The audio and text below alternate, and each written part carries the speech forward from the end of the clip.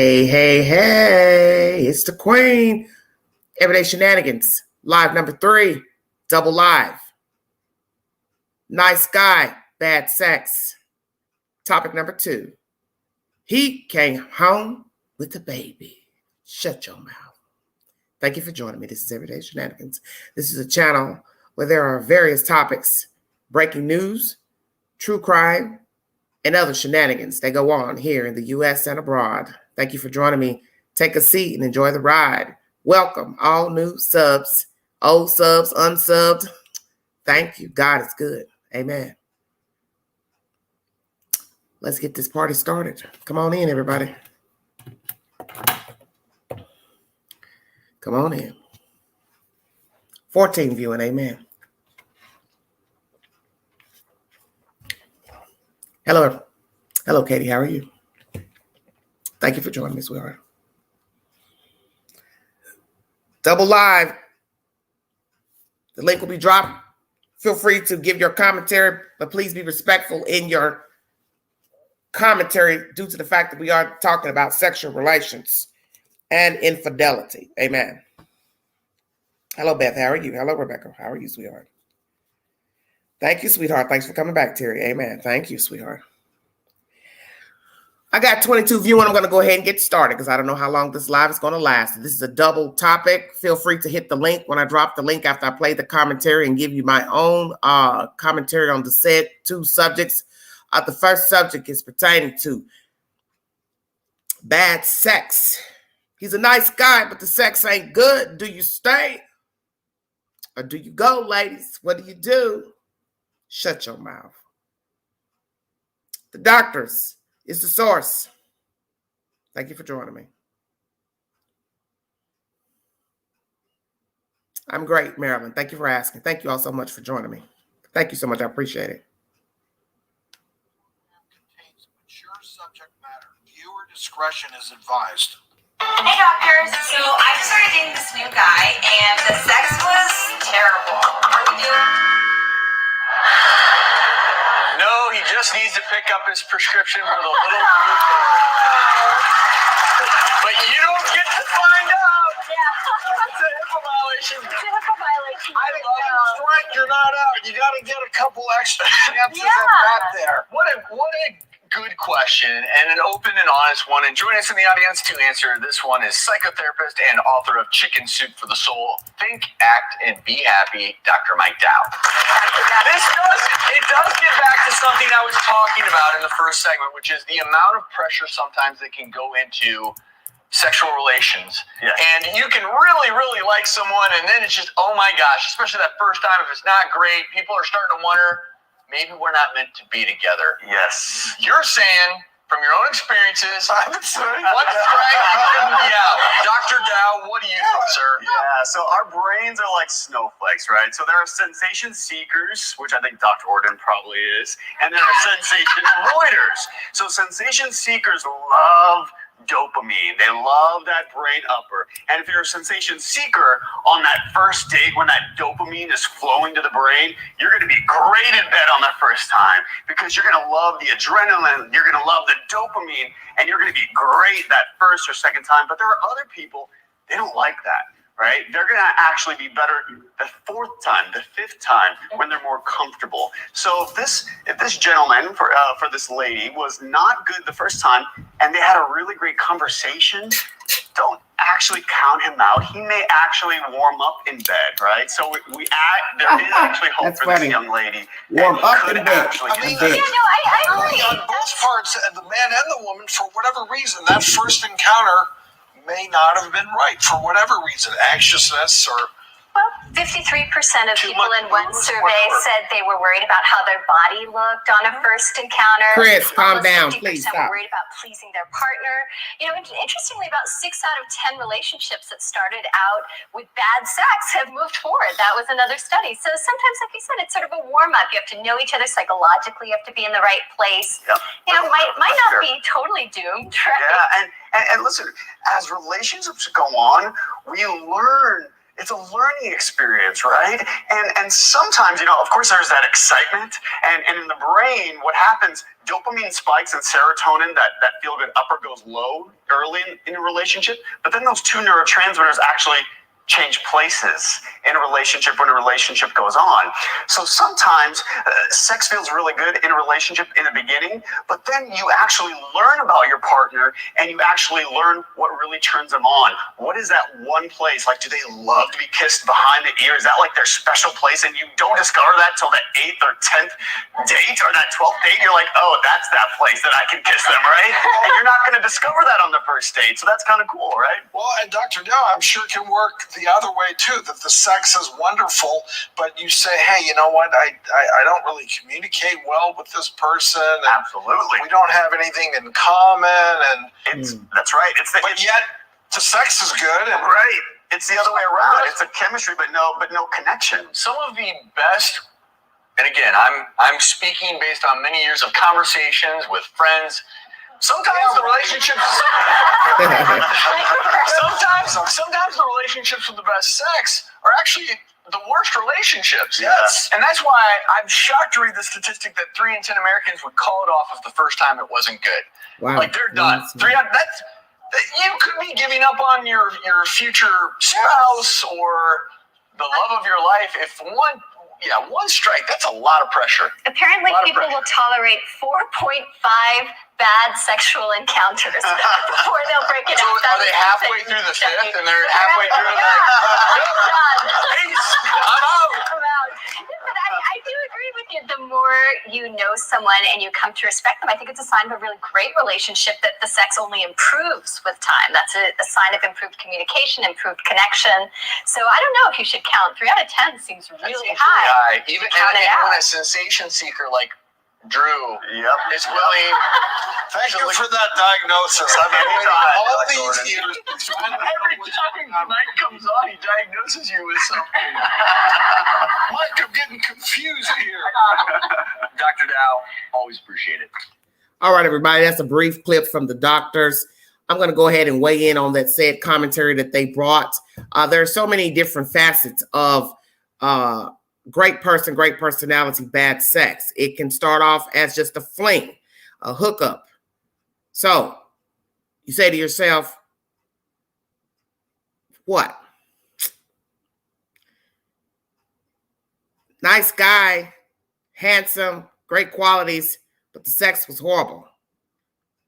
Maybe it's the size of the penis. He didn't know what to do with the penis. Perhaps you liked him to do other things that he didn't want to engage in, such as oral sex. We're going to go ahead and be there because we're all grown. And perhaps he's not into that. A lot of men are not into that. There are a lot of men I know that are black men, of course, because I'm black. Duh.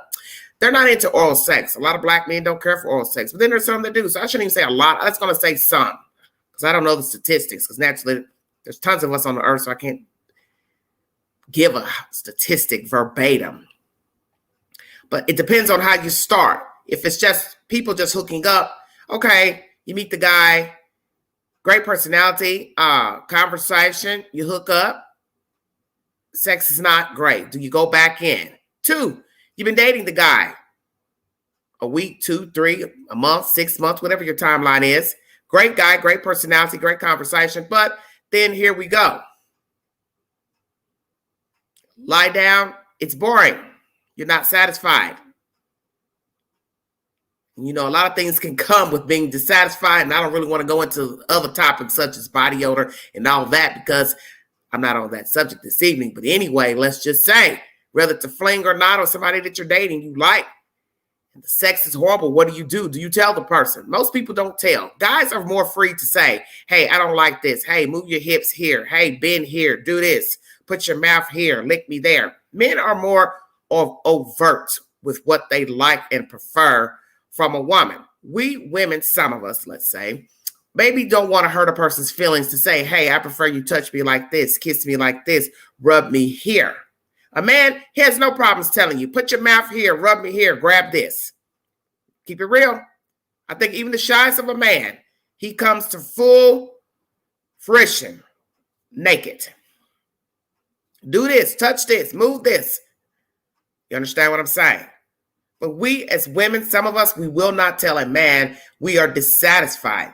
And that is from that pleasing attribute that many women have. We don't like to hurt people's feelings. We don't want to be nasty. Then you're also talking about lying naked with someone. And that is a very awkward moment to tell somebody, hey, this shit is boring.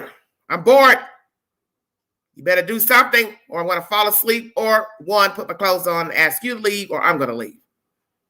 And we wouldn't want to be a rude hostess, now would we?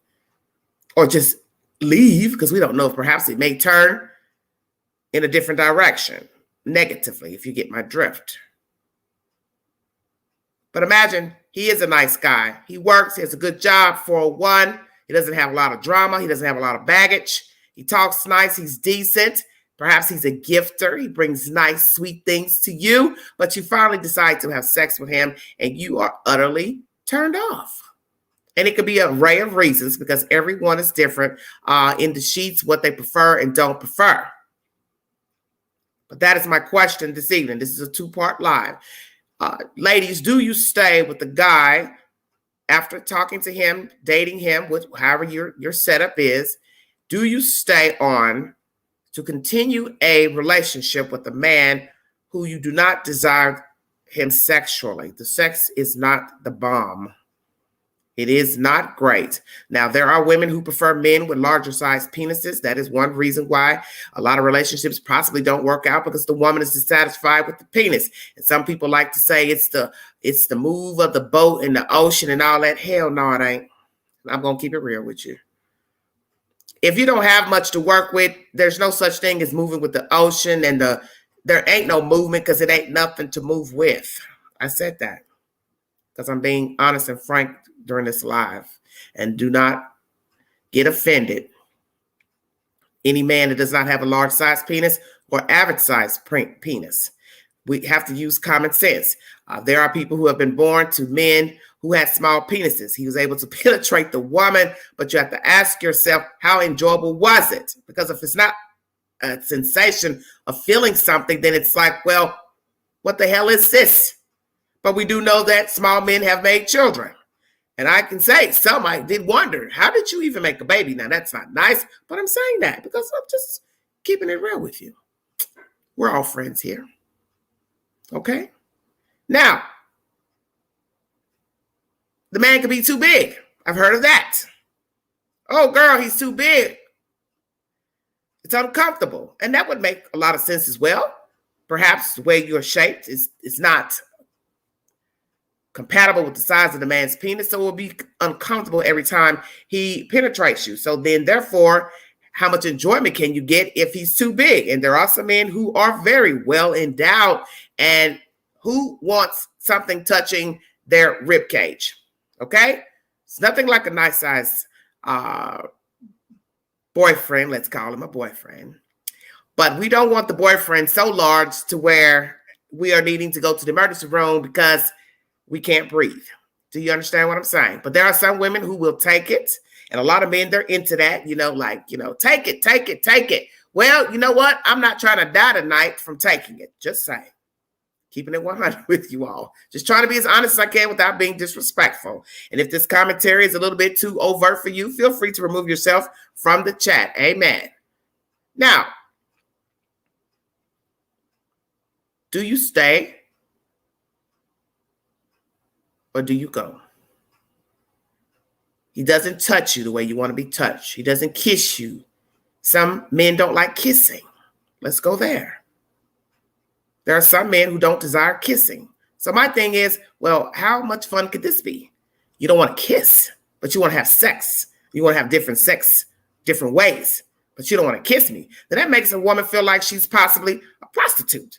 Because it's like, okay, that's usually one of the rules. We have sex, but we don't kiss on the mouth, pretty woman type thing. But let's be truthful. Who wants to be with somebody that don't want to kiss? And as I said, everyone is entitled to his or her preference. There are probably some women who are not kissers, don't like kissing. There are men who don't like kissing. A lot of men don't like to kiss. I would not even be interested in a man that doesn't like to kiss. To me, kissing is very intimate, and I can't see being with someone that doesn't like to kiss. And then, God forbid, that's another flaw. He's not a good kisser. Okay?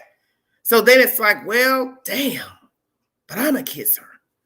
He's handsome, he's nice looking, but he doesn't kiss. Do you understand what I'm saying? God forbid, he's not a toucher. He doesn't like to caress you. And most women like to be caressed. Shoulders, ears, forehead, cheeks, backs, buttocks, breasts, girlfriend, thighs, legs, calves, feet. You understand what I'm saying?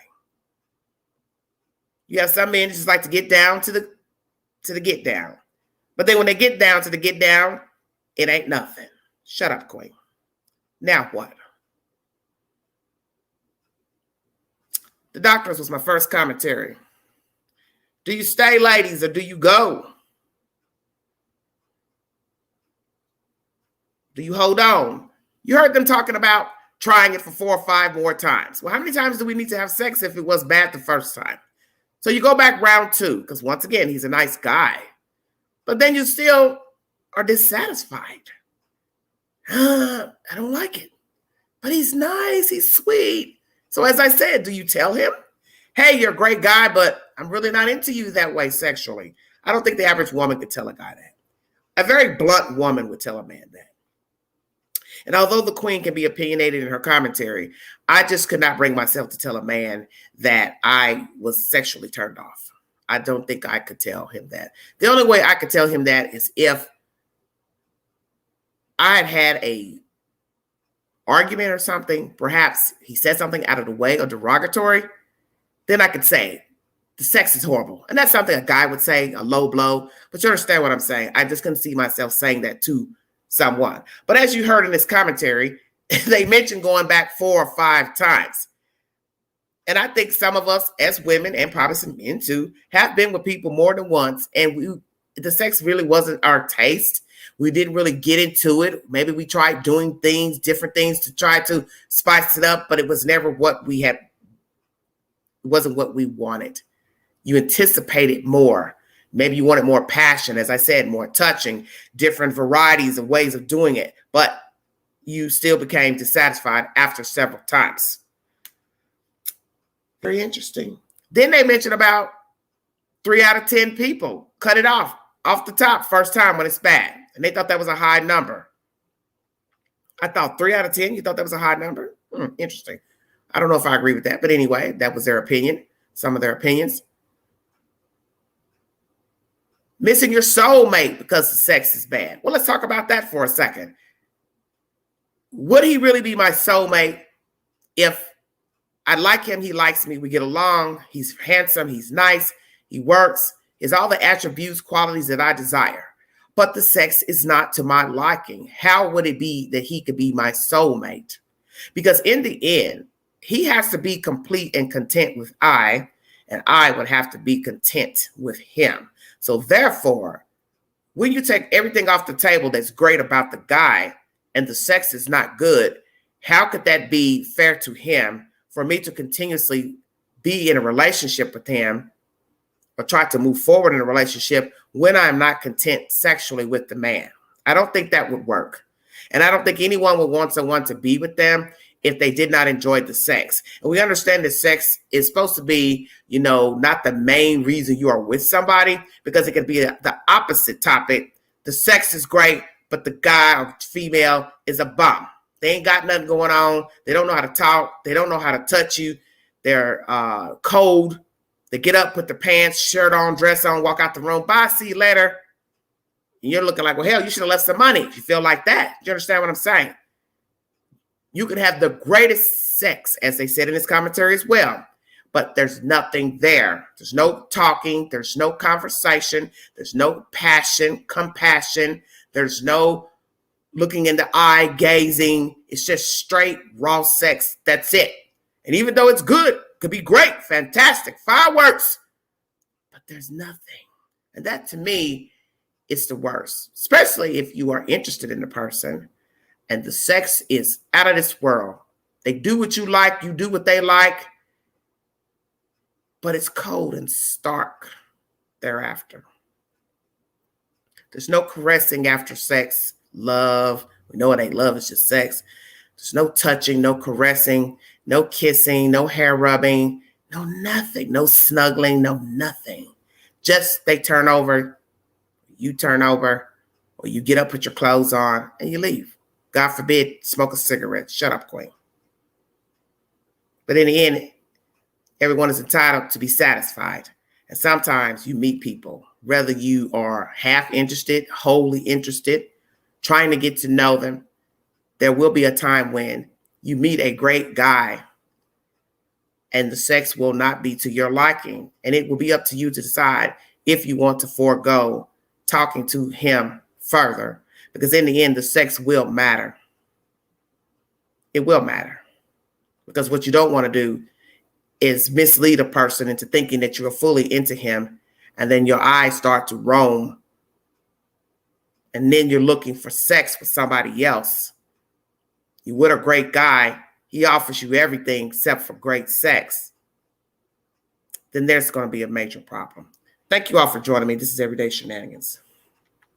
I'm going to play you some content pertaining to men cheating. Second topic for the hour is that guy you're with, that man you're with, relationship, husband, whichsoever, he comes home and tells you he's got a baby. What do, ladies?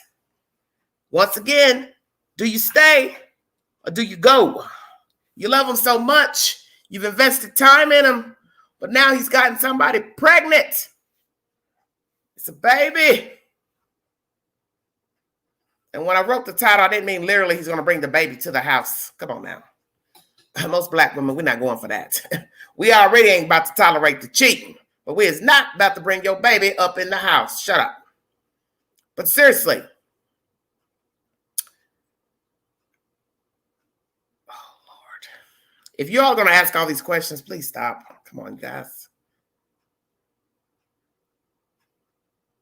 Do you stay, ladies? You find out your mate's husband has gotten a woman pregnant. Let's say the baby is already here. We're going to say a whole baby already. Do you stay? This will probably be a very hard question for a woman who has been in a relationship a long time and or a marriage. You've invested time with this person. You trusted this person. You thought he was loyal to you. You thought he loved you. You thought you were the apple of his eye. But you find out he's been out here cheating, running around. And possibly you already know he's been doing that, but you don't know about a child. Well, now there's a child in the picture. It is his child. No hands. No doubt about it. Do you stay? This is a double topic. Welcome to Everyday Shenanigans. Thank you. I'm going to play you a little bit of reality TV. Show you how crazy things can get. This is a TV show. I'm going to play you a little bit of commentary. Maury Povich, it's the source.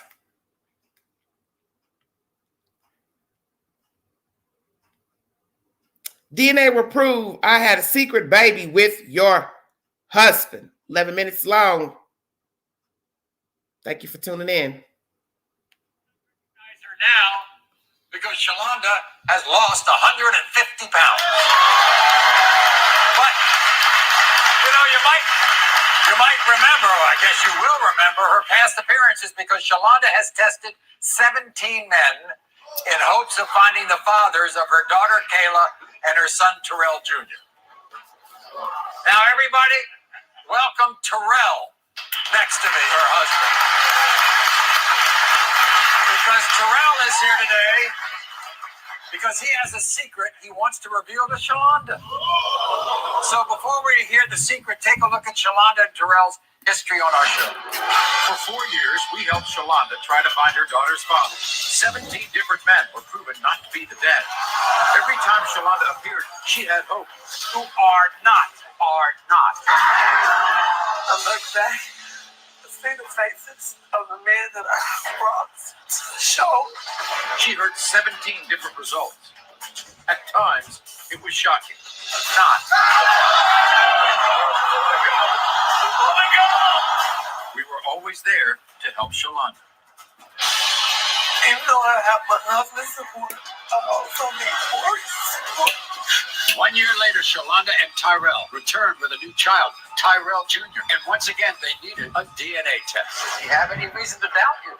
Yeah, he got some reason. I cheated on him again. In the case of 2-month-old Tyrell Jr., Tyrell, You are the father.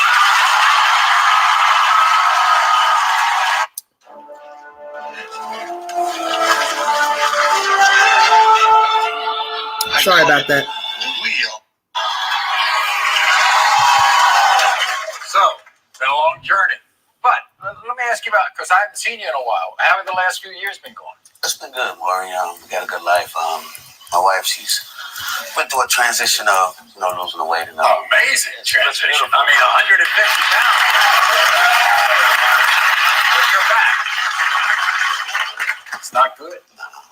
Because you have a secret. In fact, there are two parts to the secret.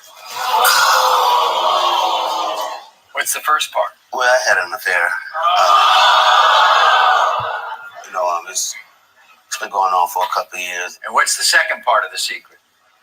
It's with my stepdaughter.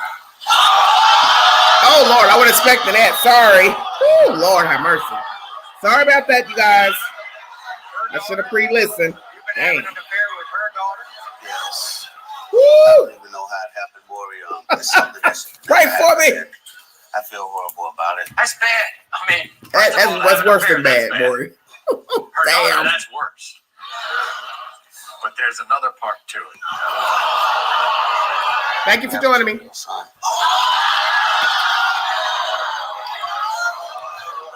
So you think Deanna's son is yours? I know it's my son because he looks just like Tyrell Jr. I know that's my son. That's Shalonda's grandson. Yeah. When was the last time you and Deanna were together?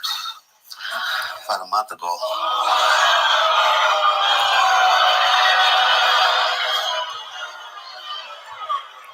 And who does Shalonda think is the father of Deanna's child? This one guy that she used to go out with, but the baby looks nothing like him. And my wife even said that. So you have to reveal this to Shalonda now. Yeah. Here's your wife, Shalonda.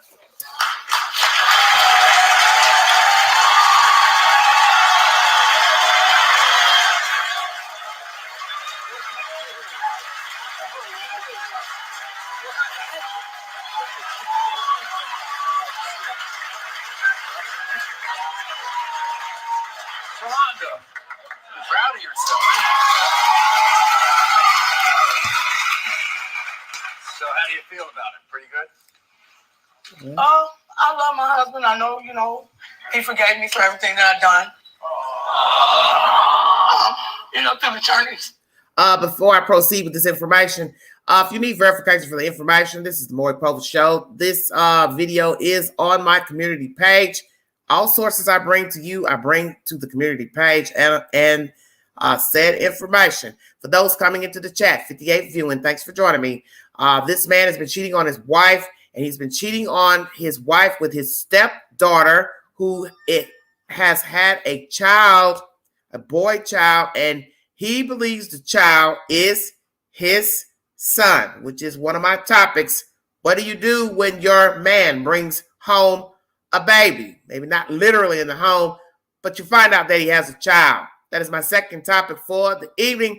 I've dropped a link for you to hit. I will play another video pertaining to Steve Harvey for why men cheat, and then we will go into the discussion of both topics. Thank you for joining me. This is Everyday Shenanigans. If you'd like to donate to the channel, $Beganji129, Cash App, all super chats, and welcome during the live. Thank you all so much for the support. God bless all of you. Hope you enjoy the content. That I was on, coming on for my daughter. And I know you can forget what you can't forget.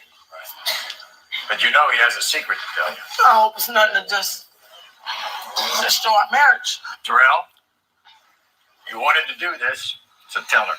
I have stepped outside of our marriage. And I'm ashamed. Hold on, what'd you say? Are you serious? Let him tell you the whole thing, Shalonda. My whole thing? There's more.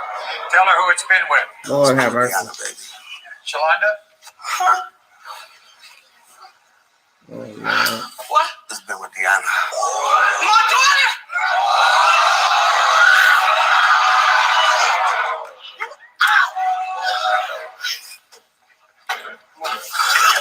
Lord have mercy. She's on the floor. He wanted to tell you everything. Go ahead, Terrell. Finish off. He ain't done. Lord have mercy. Baby Sire's my son. Woo! I'm dead. Gonna be some smoke in the city. My grandbaby. You know what? I can't do this. Really? That's the lowest you could ever do to me. Yeah. Ever. Yes. Either one of y'all. Yes. I'm done. Yes.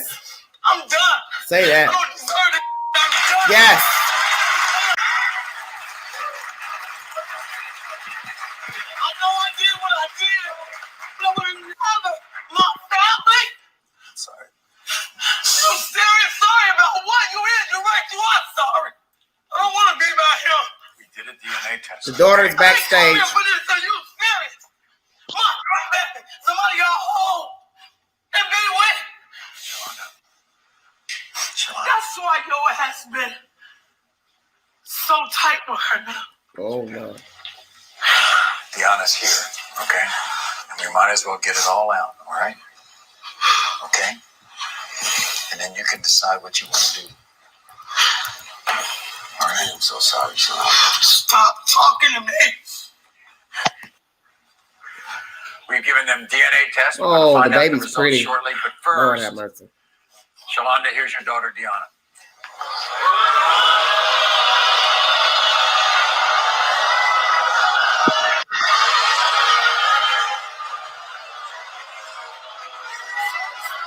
Get away from me. Get away from me. What the hell is wrong with you? Both of you. You better than that. Yes. Are you serious? Yes. Are you? That was not supposed to happen. Are you? That was not supposed to happen. And I raised you like that? Shalonda. How? My grandbaby? Really? I am sorry. Oh, I've been mercy. there with you through thick and thin. Man. So you tell me how this happened. Well, he was confining in me for, I mean, of course, she's no angel, you know, the things that's what's going on in the past or whatever. And, you know, one thing led to another. So he We was sitting confiding in there. you. You were confiding in him. Is that it? Basically, yeah. I don't know if he knows this or not or whatever, but in the past, she slept with one of my boyfriends. Woo!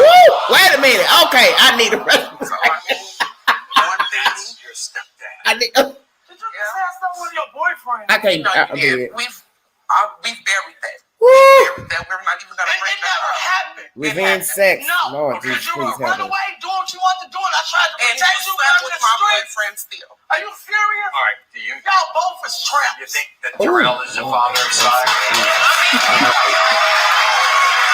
Look at the same look that they have right now. Look at the forehead, the nose, the eyes. They have the same Beautiful baby. grin right now. He says y'all were together maybe a month or so ago. Yes. He called me last night to come to the room. No, I knew it. I knew it.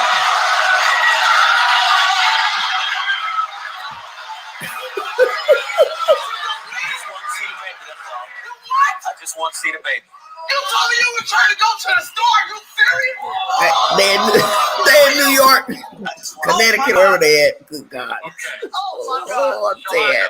Shalonda, Oh. is this marriage over? It's done.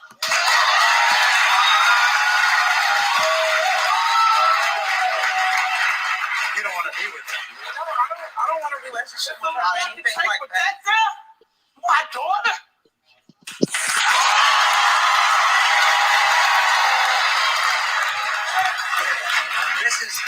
This is maybe one of the most painful moments I've ever had on this show. Yeah, I've done it's this show bad. for 21 years. Yeah, and I've been bad. opening these envelopes a long time. All right, everybody, about to get the DNA results. And this might be the one I do not want to open. Sire's how old? He'll be 2 I'll on be 12. next month. What does he call Terrell? Dad.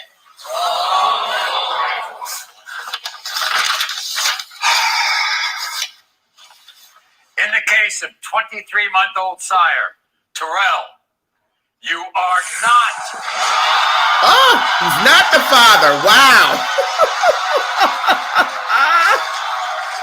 I just thought he was the daddy. Well, still an interesting show. Woo, mercy.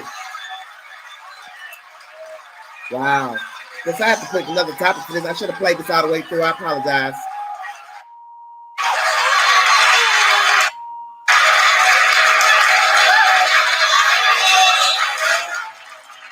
All right, everybody. That was Maury Povich. Sorry about that. I should have played that through to make sure that he was the father. I just assumed that he was. Where I have a problem with this content is no matter what the mother was doing in the past, with different men, whomever, maybe she did sleep with the daughter's boyfriend, still you don't do tit for tat. That's your mother. We're not talking about two rival girlfriends, associates wanting to do tit for tat with guys. That's your mother. I don't care if she was a horrible mother, a good mother, whatever. That's just a game you don't play either or. The mother had no right to sleep with the boyfriend if she did, and you down the road had no right to sleep with her husband. This man is considered your stepfather, and no matter what he's saying to you, confiding in you, you're confiding in him about your problems. You know there's a fine line. I'm starting to believe that perhaps the daughter did this out of spite to spite her mother, because she allegedly slept with her boyfriend. The mother denies the allegations. I don't know what is the truth. I don't know these people. But these people seem to have a lot of what I would consider major issues with one another. They're very dysfunctional because the mother has lost weight. Obviously, she has a past with possibly cheating. So maybe that's why even the father, the stepfather, had no problem with sleeping with his stepdaughter, which is very nasty. He didn't give a fuck either. He didn't give a fuck. The mama ain't gave a fuck. The daughter don't give a fuck. This is crazy. You know what's even more crazy? There's a child involved, and now you can't have a relationship with your child. How are you going to do that with the grandchild? Because every time you look at the child, you're looking at your daughter. Every time you look at the child, you're looking at your husband. This is a hot mess. Weigh in, Brittany. Which topic? First or second? You might as well go on this one first. Absolutely not. You would be Not a doing man bringing a baby home, even though this wasn't his baby, but still he was messing with her. Possibility she could have, that could have been his kid, you know. No, you'd be doing a topic on me next. A missing 42-year-old man, suspect white female. Absolutely. You would not hurt your husband, Brittany. You're correct. I don't know what I would do. I have So no let's idea. go there then.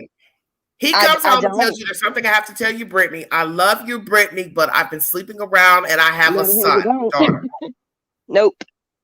With my daughter, Is your husband somewhere around listening? no, he works out of town during the week. Okay, that's right. So he can't hear. He don't watch everyday shenanigans. Wait a minute, that sounds like Brittany up there. No, he has heard you before. Look, he don't have to come home with no papers talking about he got to go in for a damn DNA. Right. But let's keep it real. What would you do if he came home? What would you do, Brittany, if he came home and he told you he got a girl pregnant? He has a baby. It's his. Got the DNA results. It is his child. I think I would be scared of myself, honestly. Really? I don't know that I could. Hello, everybody. No. I really don't. I don't think. Nope. Here he's buffering. Can you hear me? Okay. No, I'm talking about somebody else, honey. Okay. No, absolutely. I don't know. I don't know what I would do. Well, you would be hurt. You'd be devastated, I'm sure. Oh, no doubt. I've never in my life put my hands on anybody, but I don't know. I have, like, that's a scary feeling. That, I mean, like, to hear that lady, that was kind of made my stomach turn.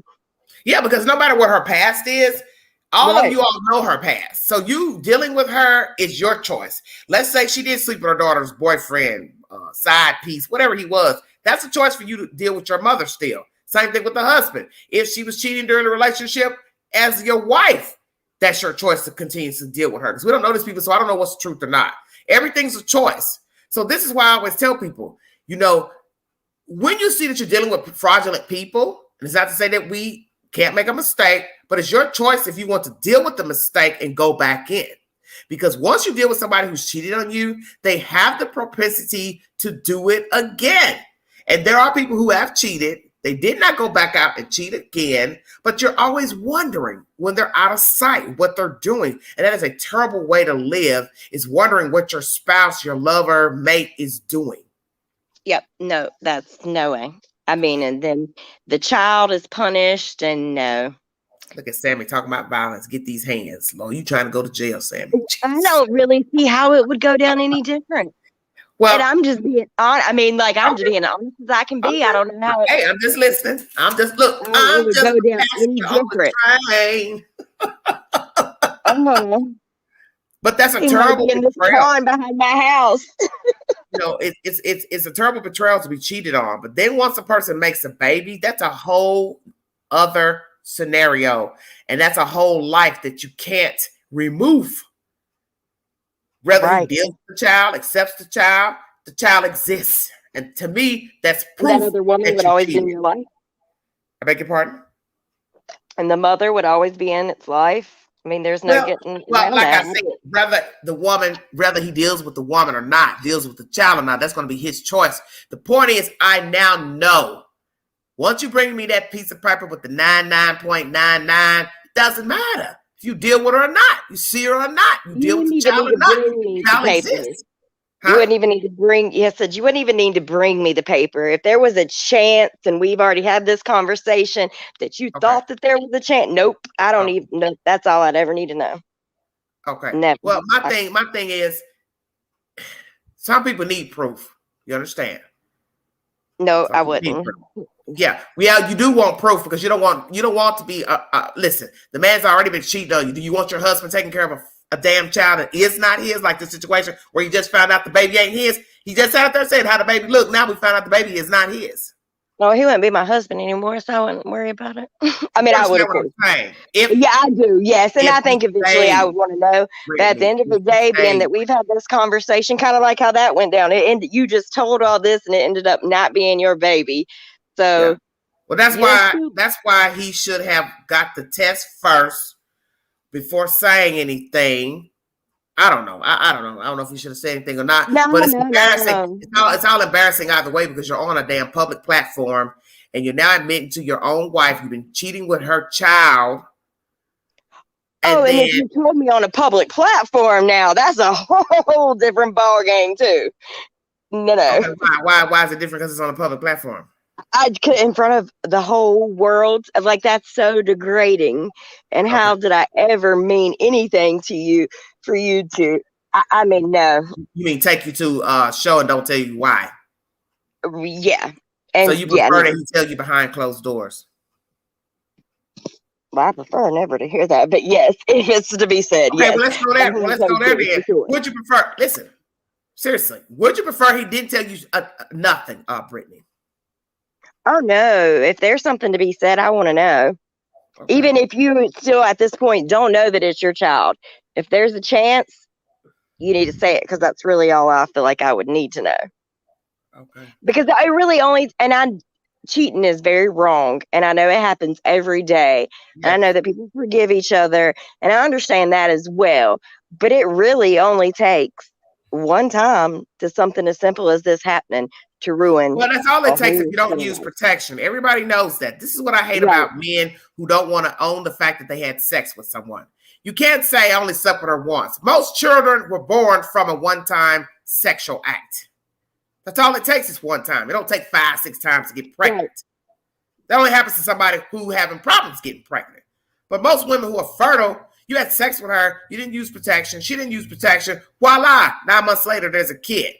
And then to go walk around, talk bad about the woman, she's a hoe, she's a this. I can't stand that because my thing is she wasn't a whore thought when you were sleeping with her. The sex was good. Perhaps she went back time for time, but your image and your mouth changed once she came and told you, oh, hey, Pookie, Ray, Bubba, I'm pregnant. Now you feel some type of way. Now she's a nasty dog, whore, motherfucker, all those type of nasty names. And I don't like that type of behavior because you don't denounce somebody that's pregnant when you know you were in the room.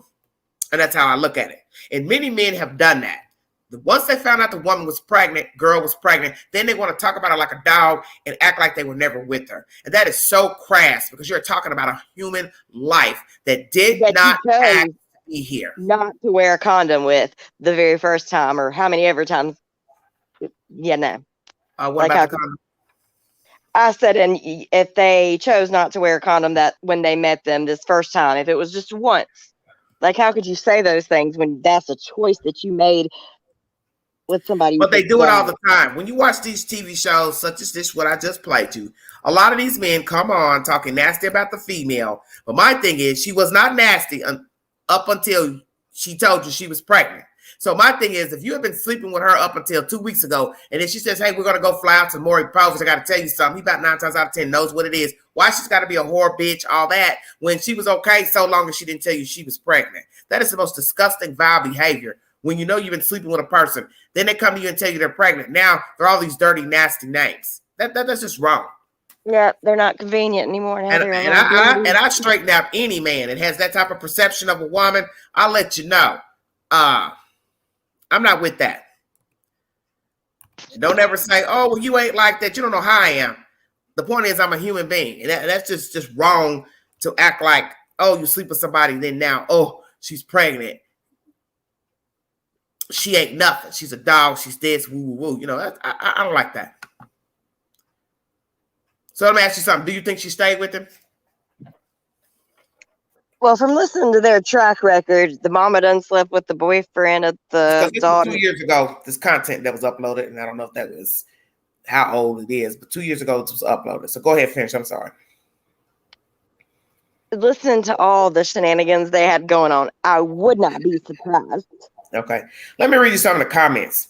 Oh, how cute. Her daughter runs off the stage just like mommy used to do. They grow up so fast. When she said, "I raised you better than that," you know she lost all her trust for her daughter. The mother was already on the stairs crying, and Maury really said, "Finish her like Mortal Kombat." Okay. At this point, just throw the whole family away. This shit is crazy. Here is At what. that point, you have thrown your whole family away. Honestly, I mean, I don't know how. Go ahead. Yep. I said, I feel like at that point, you have thrown your whole family away. Yeah. I can't. I mean, I don't know how. Of course, I don't have a daughter or I have a son, but he's not old enough to be. He's 11. So I don't know about that situation, but. Okay. Here's another comment. My mom was divorced from my dad, and I could never have imagined having any type of never, no. Okay. I have never wanted to hear "you are not the father" like I did with this one. Okay, let's see. Him, I stepped outside our marriage. Her, who cheated 1,000,000 times. Are you serious? So see, these are some very horrible comments. I can tell. Disgusting. Why would a dad look at his daughter sexually? Very true. They had 178 replies on that comment. So when I got pregnant with my son, me and his dad had been together for 10 years before that. Hadn't been with anybody else or anything. His dad is African American. But even though it just freaked me out when I actually delivered my son, he was so light. Like, it gave me anxiety. I could remember, like, is he going to question me? Like, it was the weirdest feeling because, you know, I'm as white as can be over here, and he's over here as black as can be. Like, what is going on?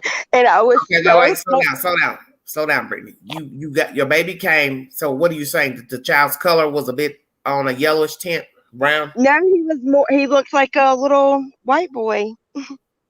He didn't look like. So you're saying your mate is? Yeah, he's a black man. Okay, I never knew that talking to you. Well, I learned something new tonight. Yeah. Well, see, that's the thing about genetics. A lot of people don't understand genetics. A child can come out any color. 2 dark-skinned people can make a brown baby. Okay. Well, I was so worried that, like, he was really, for some reason, going to question me. And I can remember being so thankful. We both of us laugh about it now. Yes. When the pediatrician came in to check him, I remember him calling his dad over saying, "Come here, I want to show you something." And so he was really just checking him out because it was the first time the pediatrician had been in there, and he took off his diaper. And he was like, "In case you have any questions due to how light he is," he was like, "I just wanted to show you some things." And he showed him his privates, which is kind of funny to me. And then he showed him like the creases in his legs and his fingertips. He was like, So no doubt this child is mixed. But I just found that very funny that well, children's complexions are not the same from birth up until toddler. Oh no, and it's not. Now, sometimes I think he looks a little bit more Hispanic than he does. Browner babies come out maybe very light at birth, but then their pigmentation comes in as toddlers. So everybody knows that, or even as infants. Right, but he was so light. Now he's pretty tan. He's a tan little boy. But I can remember my husband's grandmother telling me, you see his fingertips? What color the end of like the skin over his kind of his nail bed? That's what color he'll be. I kind of thought she was crazy at the time, but she was exactly right. He is. But yeah, I can remember, even knowing I haven't did anything wrong, like, am I going to be questioned for this? Right. Terry, how are you? Terry. I don't know what's going on with Terry's Wi-Fi. Rand, what do you have to say? I don't know if you just came in on this conversation late. I missed the very beginning of the video. It's a two-part. It's a two-part live. The first part is great guy but bad sex. And the second one is the man came home with the baby. You find out your man has had a child, whether you're in a relationship and or a wife. I played a portion of Maury Povich, and really at the end we found out that the baby wasn't the guy, but the guy had been sleeping around with his stepdaughter.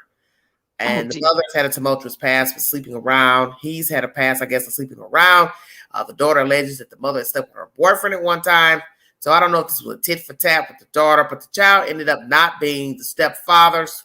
Okay, weigh in. I don't know which one you want to start with, but holy God. Okay. This is a two-part. I'm kind of going to give you my experience, which has nothing to do with having, a baby. That we're going to. Okay, wait. You got to stick with the subject now. The first subject is great guy with bad sex. Do you want to go there? It is the subject, though. I was married to a great guy, but he was partially paralyzed. So sex was like a miracle moment. I mean, it just was not as often. So tell us how long you were married, Rand. 6 years. Okay. So 6 years. So he was paralyzed the entire 6 years? Yes. So are you telling us on this live that you were not sexually satisfied? Don't act like no pastor trying to think about what the hell he going to say before the pulpit. I loved him. I can only say that. Okay.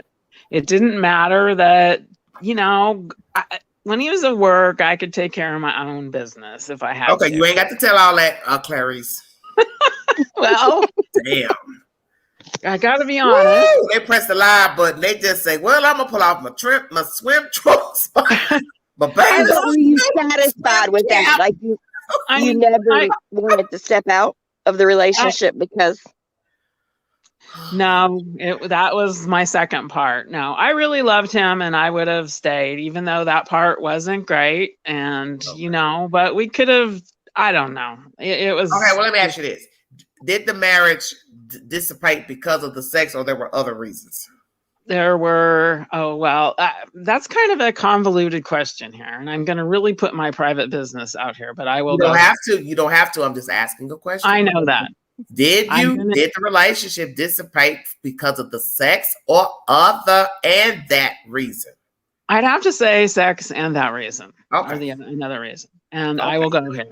You don't got to go there because the subject's not about nothing else. I want y'all to stay on topic, please. Don't veer off onto stuff because people are feeding off that other stuff. Something else. Right. But the issue was bad sex. Okay. And he was addicted to porn. Okay. So it ultimately ended up where discussing it, our sex life was okay with him. He was good with it, but yet he searched out porn sites, charging. That is what ended up ending our relationship. So you kind of have to go to bad sex, I guess, all the way around because there's just things that he couldn't do, Okay, so let me go here. Do you believe that he became addicted to porn because he was partially paralyzed? Yes. Okay. Yes. I assume that would be expected. Yeah. He couldn't perform, so the best he could do is look at others. Yes. That has to be a lonely feeling. That has to be a very lonely feeling to be a human being with your eyes open. You can still hear, but you can't engage sexually like you want to. That would have to be a terrible place to be. It would, I was very patient and calm. It's not like I'm like, hey, get it up or we're doing it tonight. I wasn't that sort of person. I got it. Okay. But, it would have just been nice if we could have. So he was paralyzed. I want to make sure I'm hearing this correctly. He was partially paralyzed when you met him. Yes. Yes. So you got in a relationship with a man that you knew that couldn't perform. Is that what you're telling me? I knew there was going to be issues. Yes. Wow, that's interesting. I loved him though. Okay. So you loved him despite knowing he could perform. So when you met him, he was what? He was in a wheelchair? He was walking on a walker? No, he was walking. He had a drop foot. And a plate in his arm, and just so he could walk without assistance. So when did he tell you? Let's go here. When did he tell you that he was below the waist deficient? I just knew it before we got married. I mean, we were friends for a long time before this. Lord it's Jesus, like, help me. Okay. Oh, I know. He had I ain't saying nothing. Look, I'm not judging nothing. I'm just listening. Look, I'm just on the train waiting to get off of my stop. Oh my God, I'm sorry. You ain't gotta apologize. I just said I don't have nothing to say. I'm just listening. I mean, he could perform. It's just I think the meds and whatnot. I'm a kind of wait, slow down. Say what now? He took a lot of medication, and I think that kind of took his libido. His stamina, you mean? Well, meds do affect a man's private parts. Yes. So, but he's also. Did he drink? No. Okay. But he was also in a constant amount of pain. Like I can't begin to tell you how many times I had to take it. Okay. Yes. Yeah. Okay. Well, let's go to the next subject pertaining to what I just played. Imagine you are in a relationship. Everything seems to be going great. And you find out your husband has made a child outside of the marriage or relationship. Do you stay or go?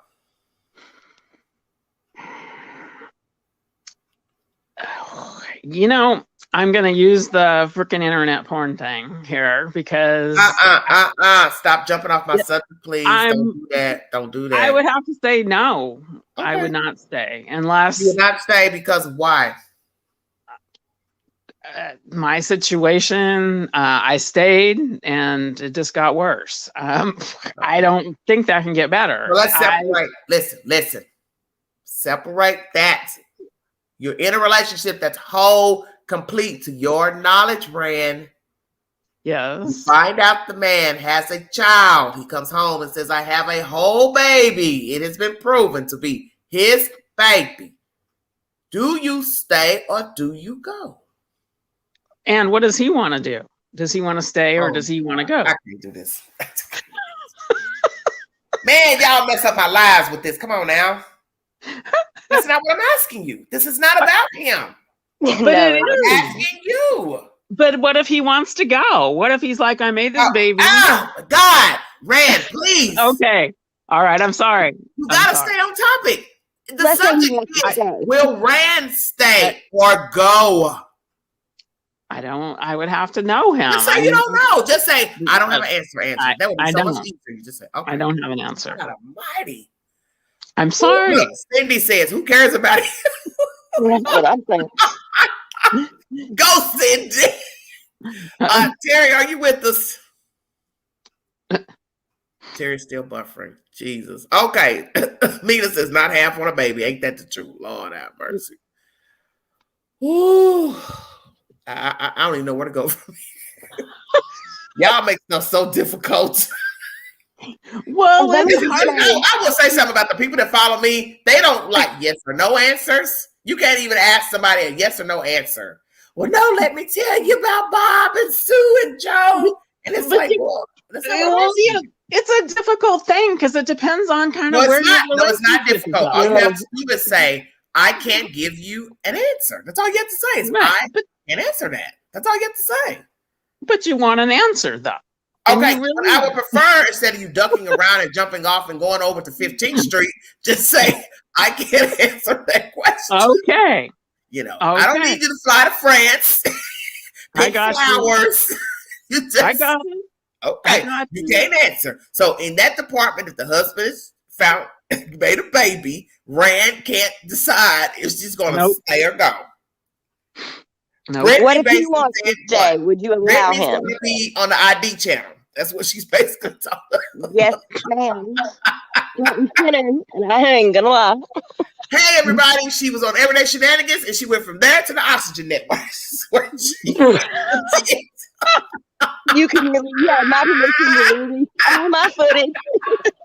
That's what Brittany was. She went from Everyday Shenanigans to the Oxygen Network. Hello, AB. How are you? I'm good. Thank you very much, Queen. You're my mod. I will drop you. Please stop. Don't start that mess tonight. I got you. I'll go down. How are you? I'm down. No, you're all right, honey. Okay. Welcome. Hello, sir. Do you have opinion pertaining to the two topics this evening? Yeah, you'll have to run through them again, but I'll put myself in a female's position just for the No. Okay. All right. I wasn't saying anything bad against Randy, but I'm like, people will start fucking finding excuses for anything, technicalities for anything. Okay. Let's not forget, if you're talking about, so if this dude comes home and you're just dating, and all of a sudden he knocks somebody else up, and he wants to introduce you to the secondary, you what? Get the fuck out of that situation. Like, that's absolutely ridiculous. So you're saying if I'm dating him and I like him, and he says, "Hey, Angela, that's what I want to tell you." All cards off. Okay. Why? Tell me why. Your man, good. Tell me why I should cut him off. Because you're lowering your standard. Like, he obviously doesn't respect you to the point. He's not giving you 100% of his attention. It takes 9 months to carry a baby, right? So let's say we was dating a couple months and he had got that lady pregnant beforehand. Okay. It takes a long time. Different. So let's we're gonna do an you're extra dating a couple months and he's got a baby with somebody else. Yeah, that's different. Possible. So that's different than we've been together and you slipped out on me and made a baby, whether we're dating or married. So I'd have to know a bit more of the situation at hand. Let's go here. Yes, you're knowing that. Let's go here. I've been dating him years. He had a baby on me. I've been married to him for years. He had a baby on me. Go. That's obvious. No, explain to us. We are in kindergarten. First of all, well, it always depends on how much money he has.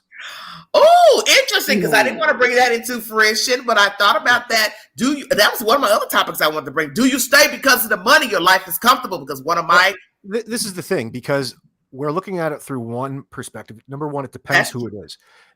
Like it or not, there's different levels. If you're immensely wealthy, and you have all kinds of money, and you're with somebody, and maybe you've okayed it, you get to a certain level where you're worldwide, and maybe you like to play around a little bit. That would be up to you. You would have a concubine, but you have to get to a certain level of wealth to establish that. You can't have fucking concubines if you're on welfare, type of thing. You know what I can't. So, you know what? Carry your butt to bed. Damn. How come you're being nicer to AB? I can't. Why would I not be nice to him, Rand? Because his question is easier than ours, than Brittany's and His question is not easier. He is answering this. No, Rand, you're just difficult. He's answering the same questions that everybody on the panel. You're the only one that is having difficulty answering. I told you, just bow out. Just say, Angela, I can't give you an answer right now. I'm indecisive. Okay, let's go here. Let's go here. Because I'm glad I have a man here. Reaction would be to leave. There would have to be some sort of real extreme situation, for there to be an exception. But the handbook says leave. Okay. So you missed where I played an episode of Maury Povich. I was listening to Maury. Oh, did you listen? Man, that right there had my. I should have listened to it all the way because it kind of veered off of where I wanted to take the topic. I wanted it to be, it was his child, but their topic was, that family was so dysfunctional. We got a daughter who says her mother cheated on her with her boyfriend. Then we got a mother who's been cheating. Then we got a stepfather who's been cheating. Then we got a stepfather who's been cheating with the stepdaughter. Damn, I was lost before they gave the results. Stepdaughters like of age? Hell yeah, she was on the Maury Povich, but you know she was of age. Well, they could be like teenagers. You don't know. I didn't Oh, see okay. it. I didn't see a person. Yeah, she was of age. She was grown. She was a grown person. Yeah, well, that's a bit sketchy, but I mean, I know families that compete like that with a lot of different sisters in it. Yeah. And sisters. Yeah, that's different. I try to get away that's still from nasty. You know, you become a part of their bullshit. You don't want to become an exploit yourself. Yeah. You know, they're all trying to outdo one another, and they're trying to get I think it was exploits. Like the there's daughter. some women out there that just like to fuck married men. Yeah. And you know, you want to stay clear from individuals like that, unless you're purposely going out to target those individuals again. I think the daughter was holding animosity towards the mother because she says that she slept with her boyfriend. She mentioned that, and the mother says, "No, I haven't. I've never done that." First of all, who called the Maury show? I don't know. I didn't get all that. I just played like a 8-minute clip. Yeah, okay. But it was a seedy situation because what it looks like to me, everybody's tangled up, got some animosity. I think everybody on the stage is holding a grudge against everybody on the stage. I think she knows the husband's been cheating. I think he knows she's been out cheating. The daughter's bringing forth allegations that the mother has slept with her boyfriend. I just was like, man, you all got to be kidding me. But luckily, the baby was not the stepfather's. Everybody's fucking everybody, and they can't figure out who's the actual father. Well, guess what? He ain't. that was the end of the show. He admitted to sleeping with the daughter. But that was disgusting too, because you should be a parental figure to her, whether you're the father or not. And the fact that you confiding in her, she's confiding in you, and then you two look at each other and decide to sleep with one another, man, that's nasty. That's just nasty. I mean, we're all flawed, but damn, come on. Don't sleep with your mom's husband, and don't sleep with your wife's daughter. You sleep with your mom's husband. Is there a lot of alcohol involved in this family? You know what? I didn't play with the 8-minute clip. Don't start. Like at what point does that ever seem like a good idea? But this is what's crazy. Let's keep it real. Let's imagine that was his child. How is everybody going to coexist after that? There is no way she's going to be able to even look at her daughter. She won't be able to look at the grandchild, which is not his fault because he didn't choose these monsters to be his parents. So she would never even be able to bond with the child, with the grandchild, because every time she looks at her grandchild, she's looking at her damn husband. Yeah, there's some animosity there. Resentment. You're going to have some resentment. Who could walk around and be looking at their grandchild and be looking at their damn husband? I don't think one person would sit there and lie and say, it wouldn't bother me. I forgave my daughter. Man, I wouldn't trust nobody with that baby. I tell you that. Yeah. It'd be your grandbaby stepchild. Please stop. I'd move. I can't, you guys. Yourself, okay. Let's do topic number 1 for Mr. AB. Hey, you're a lady. He's a great guy. Great. He's got 401, great job. He's got a little money. He talks well. He's educated. He's just a great guy. Buys gifts. Great conversation. He takes you out. He's mannerable, but the sex is horrible. No, it's done. You're just dating? You're just dating. You just met the guy like a Tinder date. You went on the date. I did not specify. Okay, you didn't just specify. By rule, you probably... There's many variations there, but it's probably done. If if something happens and it's not gelling the first time, hey, he doesn't want me to give him the stats from the doctors. Do you want the stats? What's the stats? 3 out of 10 would leave first time the sex was bad, and then they said that what was the other stat? 4 or 5 times she goes back in, or they go back in to see, he or she, if the sex got better or will get better. First of all, if anybody's nervous that first time you're having sex. They did mention that also. That was also mentioned in the commentary. So so I mean, there's exceptions. There's always shit pot comes up, and it's like, you know what? Okay, let's give it another go. Okay, but, that was also as a rule. But when you go and say that the sex is not good, it might. In order for you to say that, you probably have to experience for a while to say that it's not. He's from Canada, as far as I know. Are you from Canada? Yeah, of course. I don't have a mild accent. Somebody's asking. You know, they love to ask questions. I'd sense a mild accent. I'm trying to give you an honest answer. Now, don't you come up here getting serious. Because Rand, I don't know what to do with Rand. Lord Jesus. That's but, like, I mean, I love these Cosmo type interviews. Yes, because guess what? I tell people that this is not a one-stop shop. I've been doing this, talking about hypotheticals. I just kind of like veered off, but I want to bring them back because the audience tends to like the subject of men, women, relationships. But let's be truthful. Let's go with this. It's not a date. It's not a guy I'm getting to know. This is my husband now. I've been with him for years, and this sex is just boring as hell. So my question is, there's got to be a problem then in communication, because if you're talking about genuine love, there's got to be an open trust in communication there.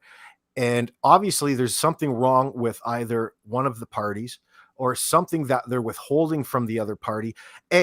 Are you not comfortable in your own skin where you're probably blaming the other person and you're maybe putting higher expectations on them? Well, there's a loss. You have a responsibility in that. So it can get a little bit tricky. I mean, if you don't know what it is that you're doing and just deciding that sex is no good because it's not living up to your 2022 standards as you understand it in your mind, you know, maybe your standards are just unreasonable. Well, let's just say she's been dating him for a couple of weeks, let's say. I really want to put a timestamp on it. And she really likes the guy. He's a nice guy. He treats her very well, but the sex just isn't up to par to her. Should she tell him? No. Well, it depends on who you are as a woman. Like if this dude, obviously you're dating him. Is he not up to your caliber? Is he not up to standard? Well, you're going to want to let him know that. Yeah, I'm saying he's a great guy. That's the topic. He's a nice guy. She likes him. He has all the qualities that she likes. They're vibing well. They get along well. But let's just say, for instance, first time she has sex with him, it's a no-go. Then we go back in. We have sex 2 times, 3 times. It's still a no-go. Should she tell him or should she just say, well, that's for me? Why? What's the reason? You'd have to know the reasons behind the no-goes before you could just say. The no sex. That's what we're saying. The sex is no good. It's no so good. if you continue to date a woman to her that did not have good sex. right now. In what way? She done flipped it now. Like, I want to know details. The details here are important because if she has unreasonable expectations, and I couldn't imagine a man being in that situation. Number one, well, I want you to explain to me what's unreasonable to you, because everybody is in. I don't know, but there'll be something. Like there's a lot of soy boys and beta males out there. I don't know. There'll be something. I can't imagine a real man if the sex ain't that good. Whoa. What the fuck? Like. But you know what I'm saying? It's what I told the audience earlier. Most men, even if they are mild-mannered, they will let a woman know what they like during sex. I mean, even the quietest, shyest of man will say, put this here, do this here, touch me there. Yeah, so see, like a man, if you're number one, that's how you know if he's an alpha male or not in the bedroom. So, I mean, listen, if the female is not satisfied, yes, that guy obviously, I'm gonna have to say he's not picking up on it. Okay, because you should be able to pick up on something like that in the moment. I do agree with you. Like you should know something. Blindsided you, like the sex was no good. It's a two-way. Yes. Like it's a two-way street there. You know, through experience of your own, if you guys are, if it was good, if it was really fucking good, you know what I mean? Right. There's good sex, and then there's really good sex. But you know what? And that was mentioned in the commentary by the doctors. The flip side is great sex. I mean, powerhouse, fireworks, but there's nothing there. There's an empty shell. There's no communication, no talking. That then. So is it early on in the relationship? Well, he didn't set the scene properly. He's got to try something else. He's got to make her. He's got to know her a little bit better. He's got to get in there and understand what unlocks that. You know, you've got oh my to God, honey, move it a little bit. let's get the toys out. Yeah, but you know what? Well, why Do does we it have want to to do be with the toys? Like Because at in the some point, beginning. guess what? You can't depend on the toys. I've got to be attracted to this person sexually. It's not going to work if I got to always go get a toy out. I'm just going to keep it real. Everybody's different. Especially in the beginning. If a woman all of a sudden started bringing a whole bunch of toys out, it's probably not going to be for me, because it's like, well, what the fuck am I here for? I didn't come here. That's what I'm saying. All kinds of fucking toys. And some guys might be into that. Let's go there. There may be some guys who's into that. Actually, that's true too, because I know some people like that. Yeah, they might like the little toys, but if all she's gonna do is put that toy on her girlfriend, you're gonna have a problem if every time you're in the room and you might just go put yourself on that fucking thing right out the window, right there, right in front of her. And that should be your first sign to feel some type of way. Yes. First you of know all, what is different? if the guy brings the toy out, then he'd be like, here, I want to show you something. But then my mind is always thinking too, wait a minute, where the hell you get that damn rubber thing from? Who else you to use? Who else you to use what that the hell is going on around here when I'm not here, you know? Exactly. I mean, okay, I'm gonna shut up. You have to introduce toys. Toys just can't be thrown out on the bed and say, you know, that's probably a bit intimidating the first time, no matter who it is. Look at Honey Hush. Honey, you just freaking him. I love my man and toys. Well, congratulations. Well, yeah, but we're not Honey Hush. It's okay. That's cool. But we're trying to talk specifics in certain circumstances. So you can't have a first date experience when you're 6 months or 10 months into a relationship. Nice. You know, but you know, some of these questions kind of present it as such. You need more. You need a little bit more. And I'm talking details, so we got to make them up. Okay, so my details is this: a split. I meet you. I like you. We go out. At some point, we have sex, but it's not to my specifications. That's my question. Do I stay? Because we already know people are going to look at you crazy if they hear you've been in a relationship for, let's say, a couple months, years, and then you just all of a sudden tell somebody, girl, you know what? The sex is really boring. So then at some point, the woman's going to say, well, how long have you been with this guy that's been boring? How malleable is he? How malleable is he? Since day one. Since day one. If he's able to change or not. Are you willing to go through that change and guide him a little bit? Is he easy? Does he know what it is? Should you? What if it's not a teachable situation? What if it's not a teachable situation? Let's just go here. We're all grown. I got 72 viewing. It's the issue of the size. Let's go there. Sanders got the right idea. Your man is your toy. So repeat that again. It's the issue of the size.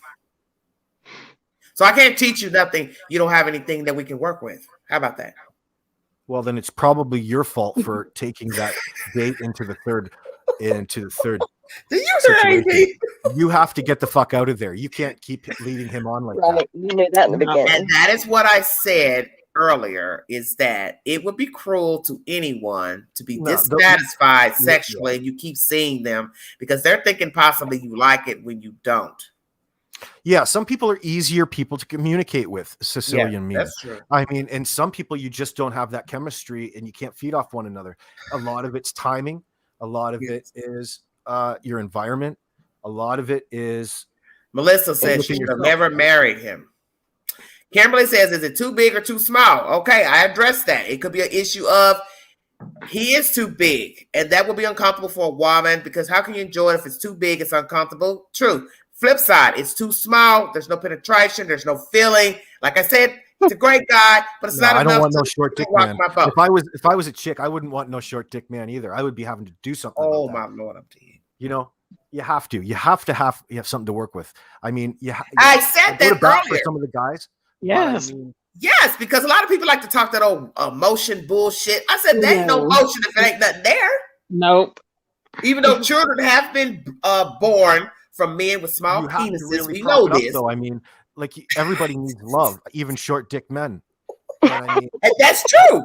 That's true. Everybody needs love. There's a lot to be said for chemistry. Like my penis size grows exponentially. So tell your business on this live.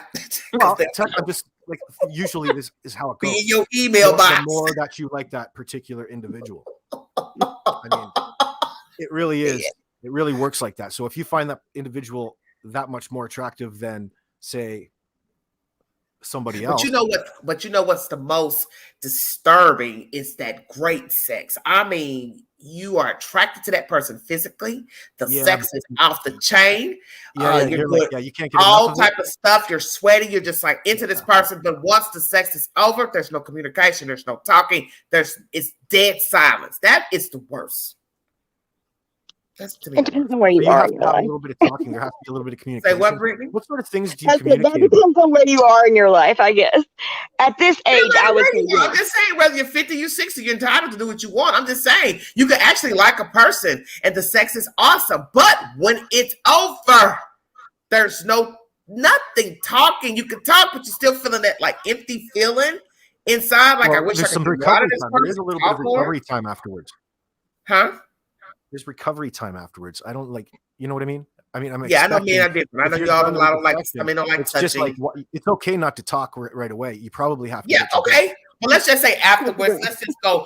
Okay, not just directly afterwards, but let's just say it's an hour or two later. They just get up, put their britches on, walk out. See you later. Bye. Depends on the time of day. Depends on the time of day. Can't talk. Too busy. Is it in the Won't morning? answer the phone. Don't talk to you. Call you 5 days later, 2 weeks later. Hey, how you doing? What you doing? You feel like, okay, obviously it's just sex. What are y'all snickering about back there? That's bullshit. You just made up a scenario that makes no sense. Well, it does possibly. No, it happens every day. No, it does make sense. There are people who have great sex. No, AB. There are people who have great sex, but it's no continuation after that. It's over. They call you 5 days later, 2 weeks later, like they've been talking to you every day, and you're empty inside. You like this person, but it's really just sex. You understand that? Well, yeah, but maybe that's what but that's they okay want. too. I mean, if that's where you are, but you should know that within yourself. Are you saying that you have feelings for this individual? Yeah, let's just say you like the person, but you realize there's more you're trying to get from it. Because if it was all just about sex up until that point, then you're starting to introduce emotion to it. Yes. See, and that was mentioned in the doctors. That was the flip side. They said, now you know the flip side could be the sex is great, but there's something missing as far as, connection, as far as I had that once. But I'll tell you what mattered. It's the fact that she was a doctor and had a great job, and I wanted to get with that. But it was just sex to her. Oh my God. I'm like, damn, that hurts. Well, that was okay. What? So what, you was trying to get you a sugar mama? Well, no, I thought the sex was a lot better because, of the place in which we were in. And which was that? Can you enlighten it? Can you tell us or no? Well, in a penthouse environment. Oh yeah. I guess the sex would be great. Yeah. It's a lot different up there. Look at me. Oh, that damn chandelier is beautiful. Yeah. Well, yeah. Disco balls and all kinds of good shit going on up there. Oh, Rand, do you have anything you want to say? Pardon me? Do you have something you like to say and add to this? I'm so dead right now. I don't know where I'm going. Nope, I'm good right now. I think, you have to know what you want. Sex can be just sex, but that's true. And that could be, but I just think it's to me worse when it's great sex. I'm talking about great. I don't mean that kind of sex where you're dissatisfied. I'm talking about you are just literally saying to yourself, Jesus Christ, where did this person come from? But after that, it's like you're longing for more. I just think that's the worst. It is the worst. That is the worst. But you have to figure out where if you're going to be able to continue. Maybe that's like Nancy Reagan said, just say no. Yeah, no, that's all great. There's only so many batteries in the world. So what, Brittany? Somebody in the chat says, I'll be your doctor. I'm a doctor. That's for AB, I believe. No, I'm over that now. I'm fine now. What's your sign, AB? What's what? Your zodiac sign? Oh, Pisces. Oh my God, Mina is sitting here talking. Are you trying to have sex in my chat with my guest? Hold me, AB. What the fuck? Oh, you're not reading this? Yes. You know what? This is so crazy. I gotta share this because this is funny. That is so funny. I was thinking about somebody who said that to me, and that's been playing over my head for the past day. And this crazy ass heifer comes in my damn live saying exact same thing. And I've been thinking from somebody else and kept saying, "Hold me, please." Mina, get out my chat. You're crazy. Hold me, Jesus Christ. You say hold me. If that's for AB, it ain't for me. Damn, what the hell's going on? Well, why would you stay, Queen? What are you saying? What is it you're saying about this? I'm just speaking in general that there's times when women have met men that they were interested in. The sex was great, but there was no commitment. You understand what I'm saying? There was no commitment. He was fly by night. He talked when he wanted to talk, call when he wanted to call. And I'm just saying that's the worst type of sex. The sex that you really enjoy. You don't have any complaints, but the person is not emotionally there. Well, it's probably better that you recognize that early on. That's true. But the sick part is if you're still dabbling with him. That's on you, though. That's true. I know that. I understand that. You know, I mean, don't get yourself too emotionally attached if you're addicted to dick. Well, damn. In that regards. So, I mean, you should probably clarify that in your online profile, like right away. Alex, I'll take that for 500. I need help. Rand, what is wrong with you? What do you mean? What's wrong with me? I thought I heard you giggling, or that Brittany. That's probably both of you. Well, AB. Hello. Yeah, I'm here. Hold on. Okay, that's fine. I was just leaning away from my mic. AB, anything else you want to just bring to this conversation? No, I'm good. I wanted to comment on your sex talk. Yeah, this is an interesting talk. Very interesting. Or vice versa. What do you mean? What did you learn from it? What did you get from it in regards to the analysis? I think that those numbers are bullshit. 3% are done right away. They walk off? So you don't think the person goes back? I mean, who's answering this poll? I mean, I don't know, because the flip side was when I played it, they mentioned that somebody goes back 4 or 5 times. So I don't know these were 2 different polls, obviously. Well, you can understand that because, you know, maybe you start second guessing yourself. Let's go try that again. Because you're having too much fun. There's such a things as having a lot of fun. All the right things. Bitches in this chat. Yeah. Damn. One YouTuber comes up. Everybody's sitting here needing to excuse them. What is the hell going on with you heifers down there? Damn. For some people, it probably is no such thing as bad sex. Oh, that's a good topic. Yeah. That's a very good topic. So elaborate. I need a drink on that one. I got to get up. I do believe it is very mental. It's a mental thing. But that's scary. You're willing to do anything just to say, what? I'm close to this person? What are you saying, AB? I don't know. It seems to be a guy thing. The way some people talk. There's some people that are just hypersexualized, Sicilian. Okay. That is kind of unbecoming. Size women. What do you mean, Mina? Do men size up women? Oh, what do you think? Nonstop. I know I have a friend. Well, depends what kind of men though. Like, I mean, he just loves life is all about control. I didn't see anything like it. A man just wants sex with anybody. I'm just like, as soon as he see her, great shape, wants to have sex with her. I just thought, how? Why? I don't even think that matters sometimes. And then he's married. I have a problem with that. Yeah. I mean, damn. Just be single. I told him that you would be happier if you were single. You go out here, you meet a woman, you let her know, hey, I'm not the type that's going to be monogamous. We could hook up, chill, go to eat, movies. I'm going to bang you, but I'm not going to be that guy. Just be honest in your marriage and go do you. Then your wife can go out and meet whoever she wants and do what she wants. I told him that. Just end it and do you and let her do her. First of all, I'd be terrified about doing something behind somebody's back. Really? Why? Most men don't care. A lot of men don't care. Why? Well, a lot of men don't think like that, but in the United States, yeah. Fucking dudes have guns. Because you watch the Oxygen Network? That's oh, no. Just retribution. But I guess if nobody's the wiser, I mean, let me tell you something. There's nothing when wrong I was in high school, I was reading, I believe it was Vogue. It was either Vogue or Harper's Bazaar. This is when Fatal Attraction came out. I read that article, and it said in the article, the lady was a lady that penned the article. She said, if you watch this movie and you still decided to cheat on your wife, you deserve any damn thing that you got, which is true.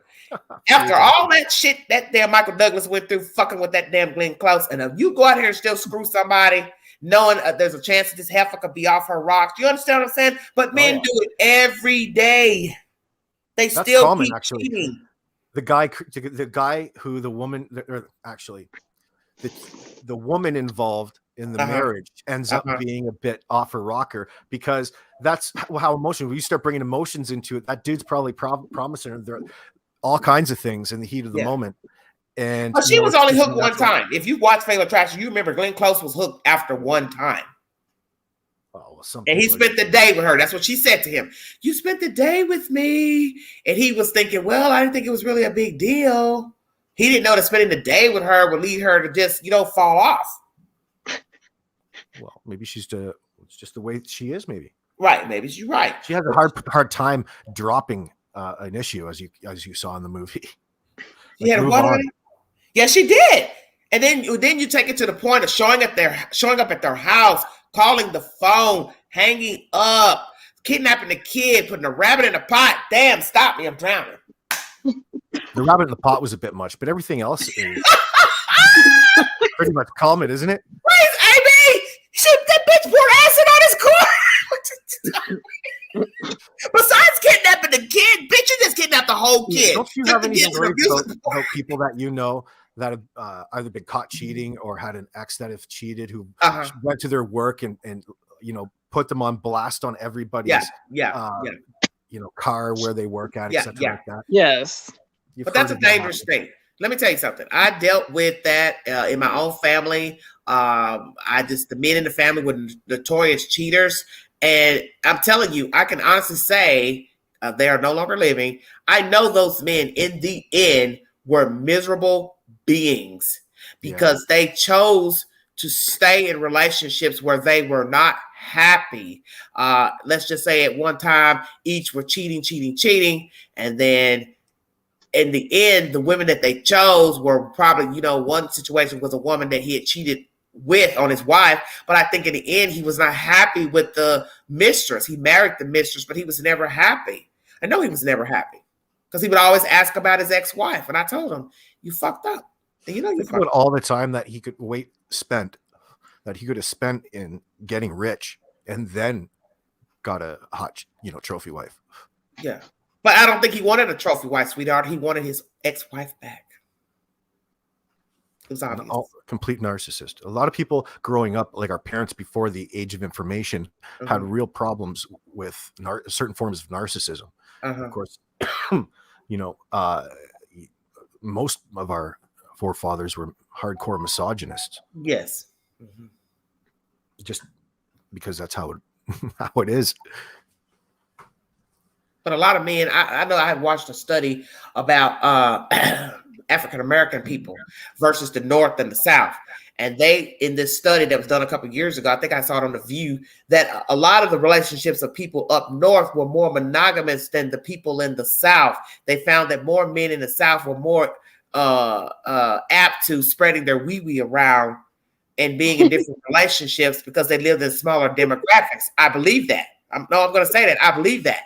Think about the plantation owners and think about just how people lived. Yeah. See, up north, you have more people to spread around. Let's just say you're a black man or black woman. You want to date within your race. Well, you have more people to fish around. But here in the South, it's predominantly white. Ain't no fishing nothing if you want to stay in your race and date. So what they do is they feel like, shit, I got 30 women per one man. Oh, yeah, I'm in heaven. And that's how it is here. That's why we have more cases of STDs and HIV and AIDS here in the South amongst African Americans, for those of you who did not know that. Oh, they got quiet on that one.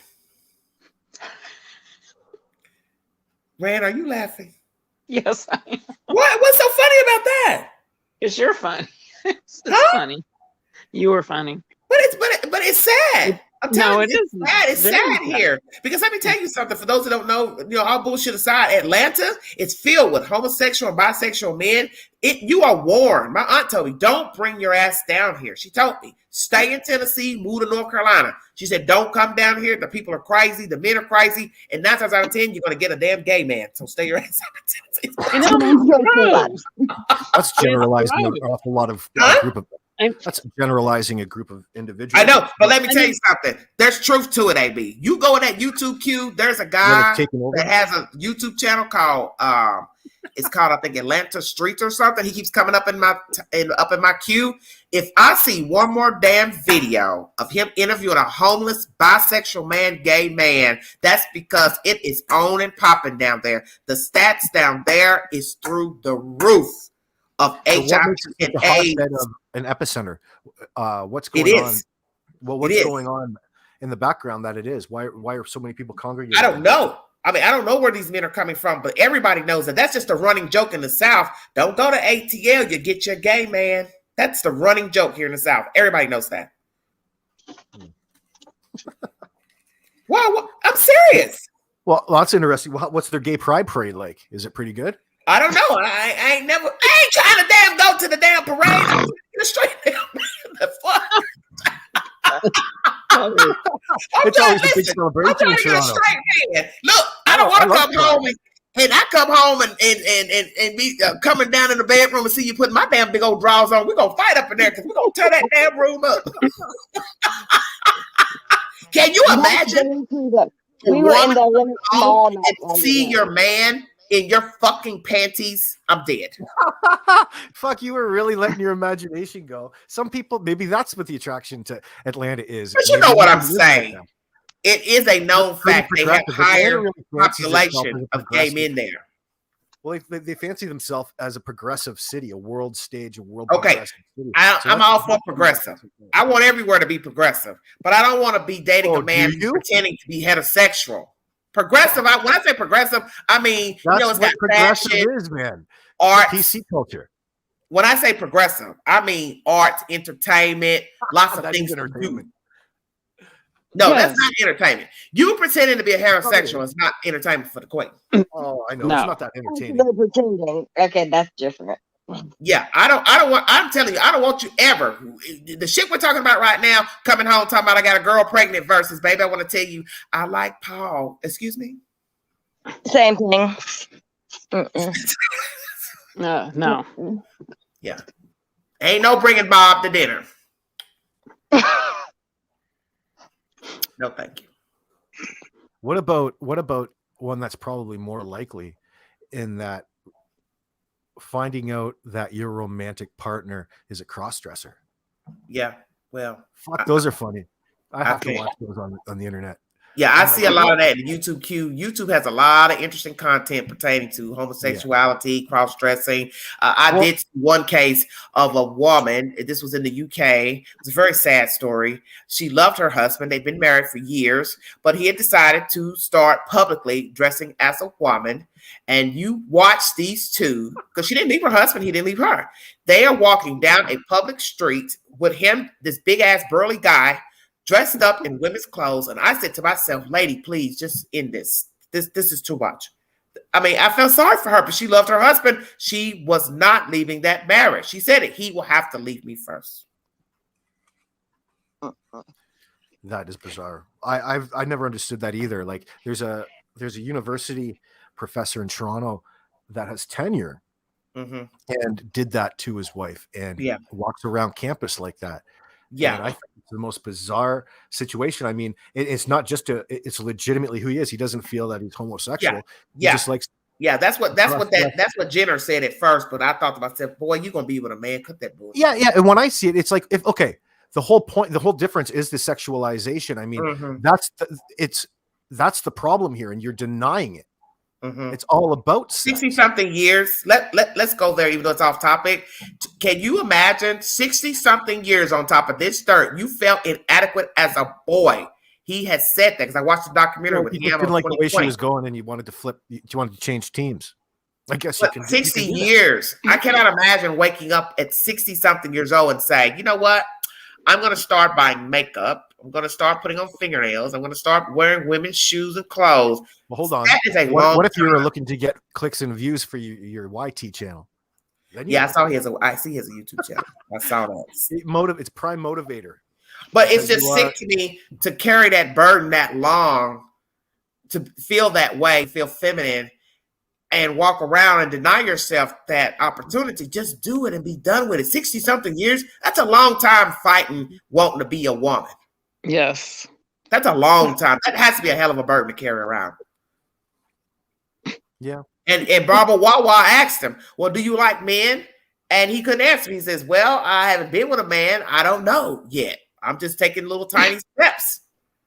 It's an awful long time. Let's forget about the man or woman thing. It's a long time to be that confused and wrapped up in your sexuality and that consumed, to be unhappy. Yeah. Okay. Gina's in here. You can love someone and stay with them. Gina, what subject are you talking about? We're on 12 different subjects. You're saying you can love someone and stay with them. Yeah. Which subject? Because we're talking about now. We're talking that's a good one. stressing it. Going back to the first one. Love and cheating are two different things. But you know what? I'm going to give you a little, for instance. When I was a young kid, we would play out in front of the front stoop in Chicago. That was just a normal thing that kids did in the city. And so there was near what I would call dinner time, there would always be this black guy that would walk by our stoop. He would be dressed as a woman. And I would hear my mother and my godmother talking and whispering. And I knew what they were saying as a young kid. And I was thinking to myself, why is that man dressed up like a woman? He'd have the orange lipstick on, the dress, the shirt. And I never could, I was a kid, I wouldn't know. And I was just telling myself, why is that guy? I mean, it's for a small kid. I knew that was a man dressed up like a woman, and he'd walk by, he'd speak to everybody. Hi, how are you? He'd go about his little business. He'd walk by every evening past our stoop in women's clothes. And I, as a child, knew that was a man. And I remember my first time hearing the word bulldagger. My mother. We were spot on as children. We were smart as kids growing up in Chicago. We put a lot of stuff together. I just never understood why that guy was dressed up in women's clothes. Well, I guess I know now. Was he going? Huh? Or was he just walking around? Was it for attention? Or no, he was, like he went to work. You could tell he's coming from a job. Oh, okay. Like walking back from work. Yeah, going to his apartment. Mm-hmm. Oh, that's interesting. But that's strange for a child when a child knows that's a guy underneath those girl clothes. Maybe he was like a Prince fan. Maybe he's a real fan of the Revolution. This was the 70s. Don't start. Well, Prince, okay. That's what I would have thought right away. I'm like, man. This is before Prince was wearing the boots and the curled hair. The 70s. Nothing wrong with Prince.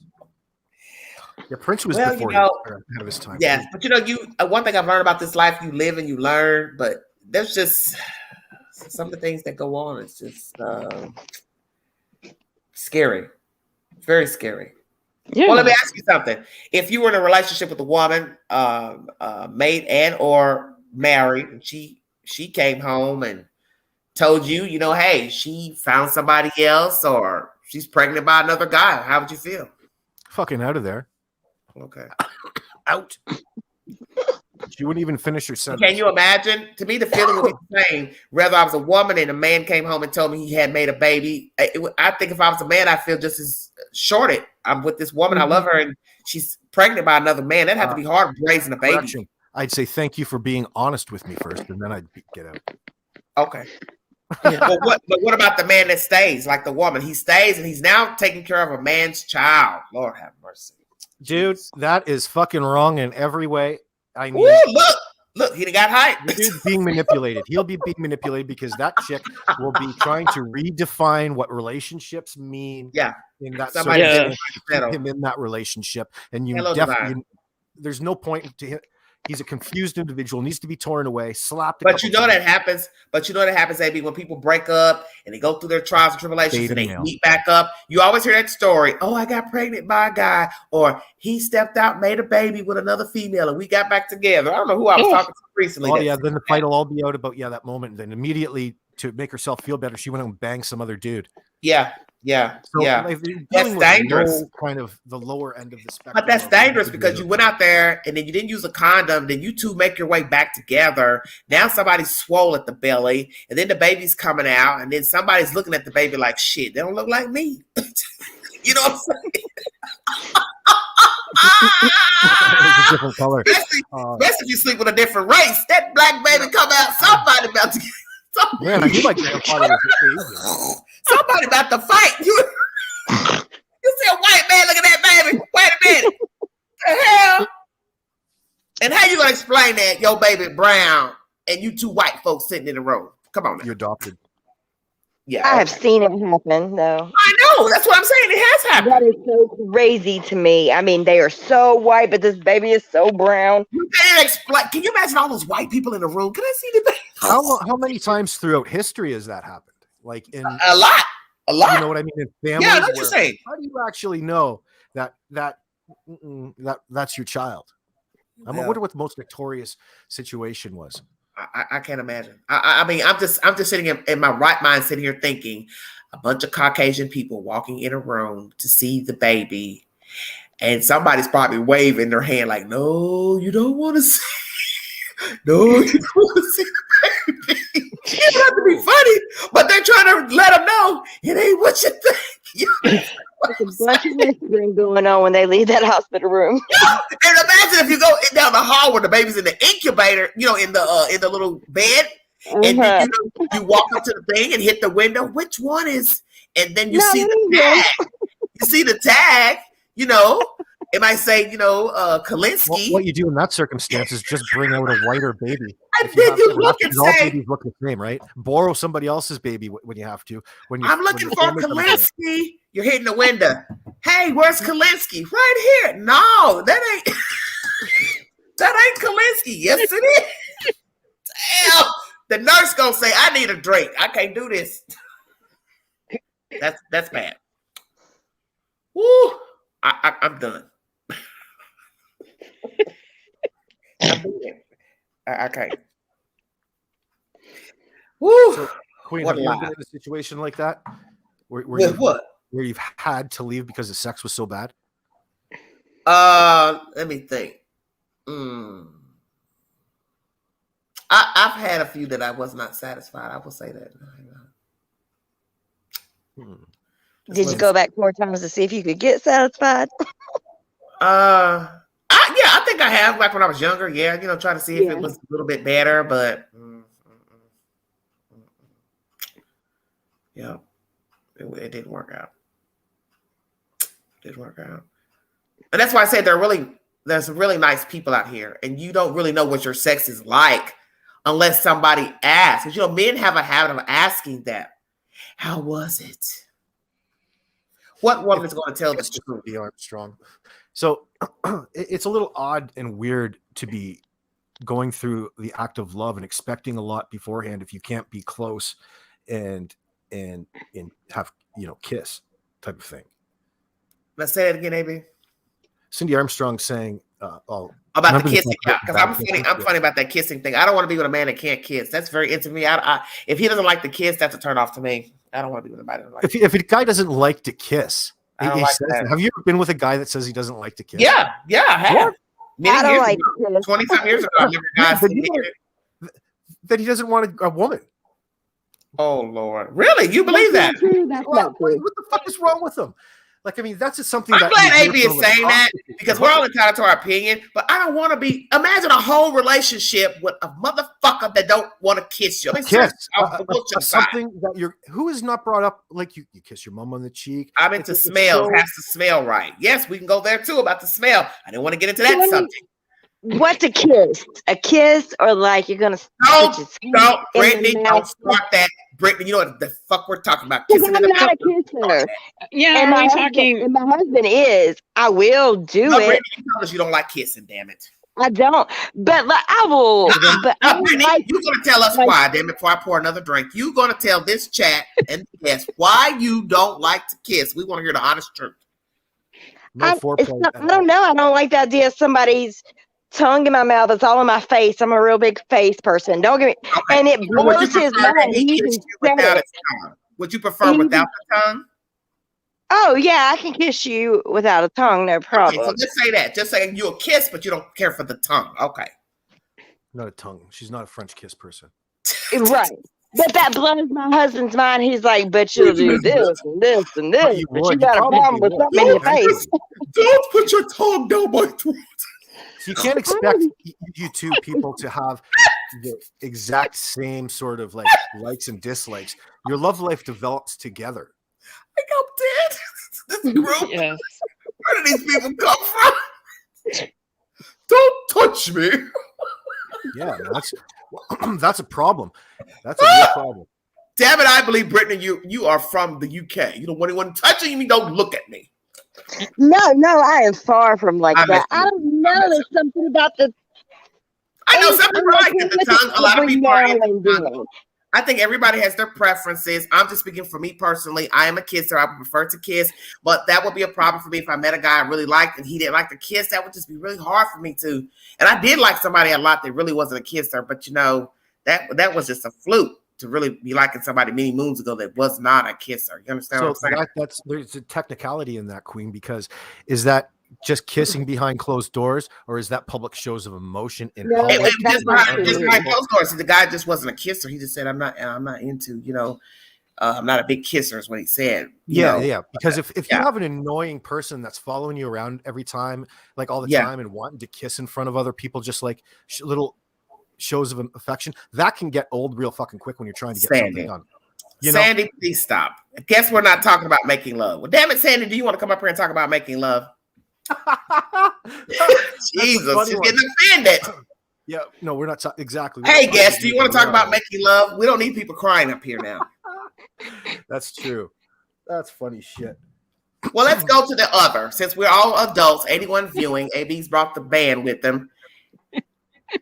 We're going to talk about sex, the real sex, what kind of sex you like, don't like. You don't have to tell me because it's none of my business and I don't have to tell you my damn business. But I'm going to say this as being an African-American woman, there are men that I've met, black men who have said it, they don't like going down on a woman. It's crazy. Boy, they got quiet. They don't have to. It's not nothing like that. It's because when you're that big, sometimes you don't fucking have to do anything, to get satisfied. Okay, I got you. Okay. Oh, so he don't want his mouth down there because he got a thing. It's all about getting satisfied. He doesn't, when you're the king of the castle, you're kept busy. You don't have to do any of the satisfying. You've got quantity. What, Paris?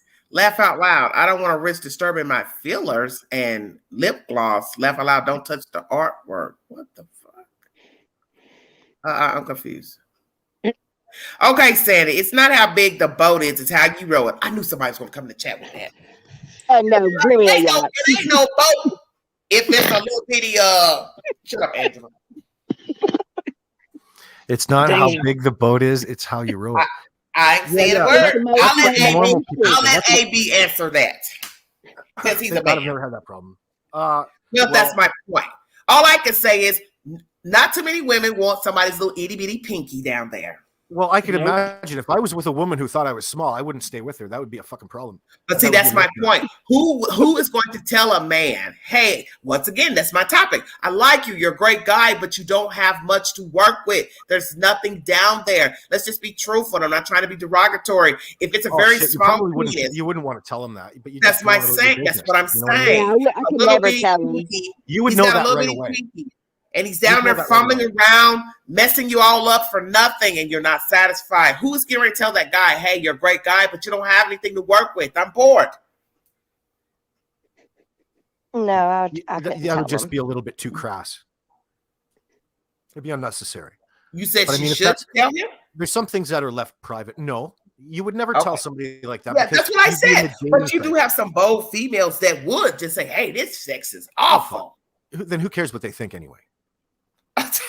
Because at the end of it, it is what you make of it. Your sex life. There is somebody for everybody, and you could get with somebody that thinks you're a fantastic lover or isn't inexperienced enough, and you click very well just with that particular person. That's possible. Yeah. So I mean, from that man's perspective, fuck, don't worry about that bitch. But from that female's perspective, I would be more hard on her if she went, took him. That would just be, I would think less of that. Oh my gosh, look at Kimberly. God, these comments are killing me. She said, "Is it up yet?" I got to go. So I have a question. I'm dead. You must be addressed to AB. I got to get up from it. Okay.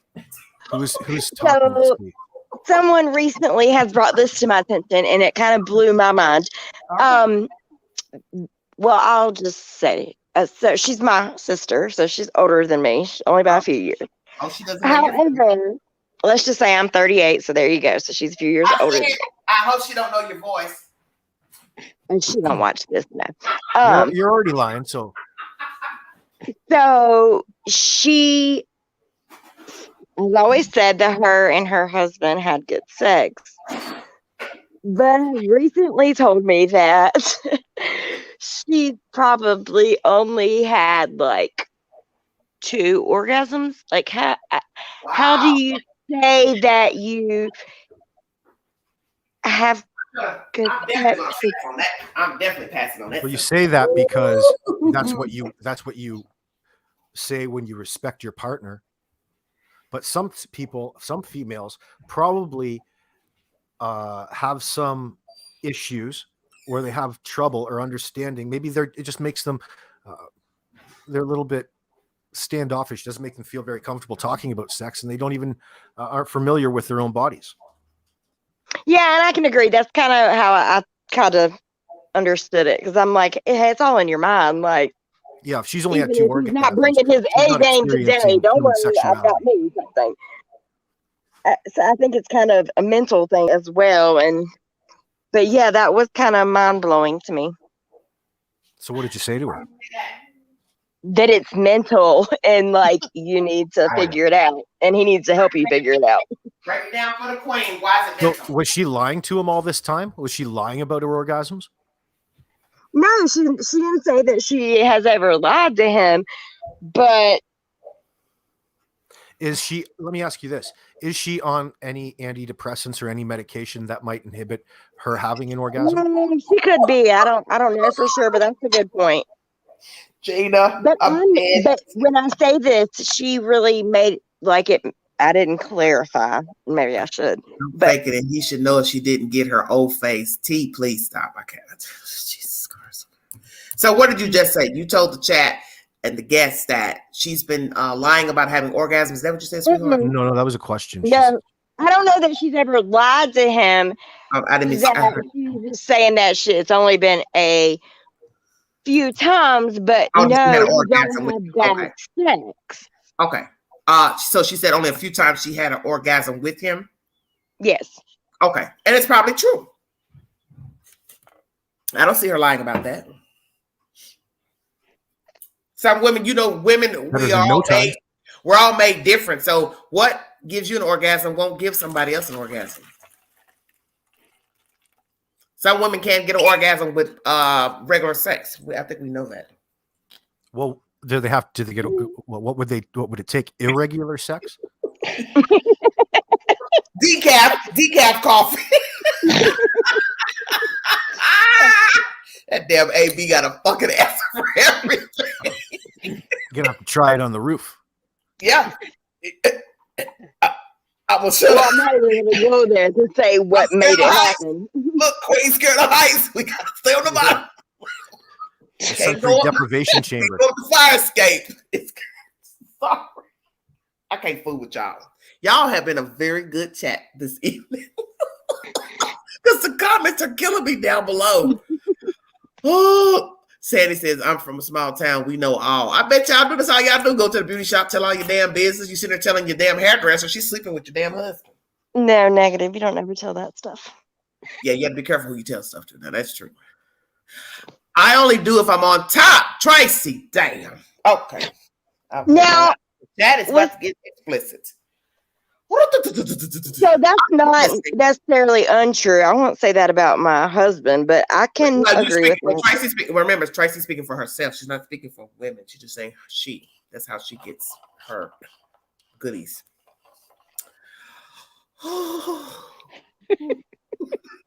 What you say? He needs to go down to Lady Town and her the big O. Yes, some women can only get it that way. See, that's why I said every woman is different. Some women can't get an orgasm from regular sex. They only get it from going that way. AB jumped off. So that's it. Every woman's different. Some only get sensation on the outside of their private parts. Every woman's different.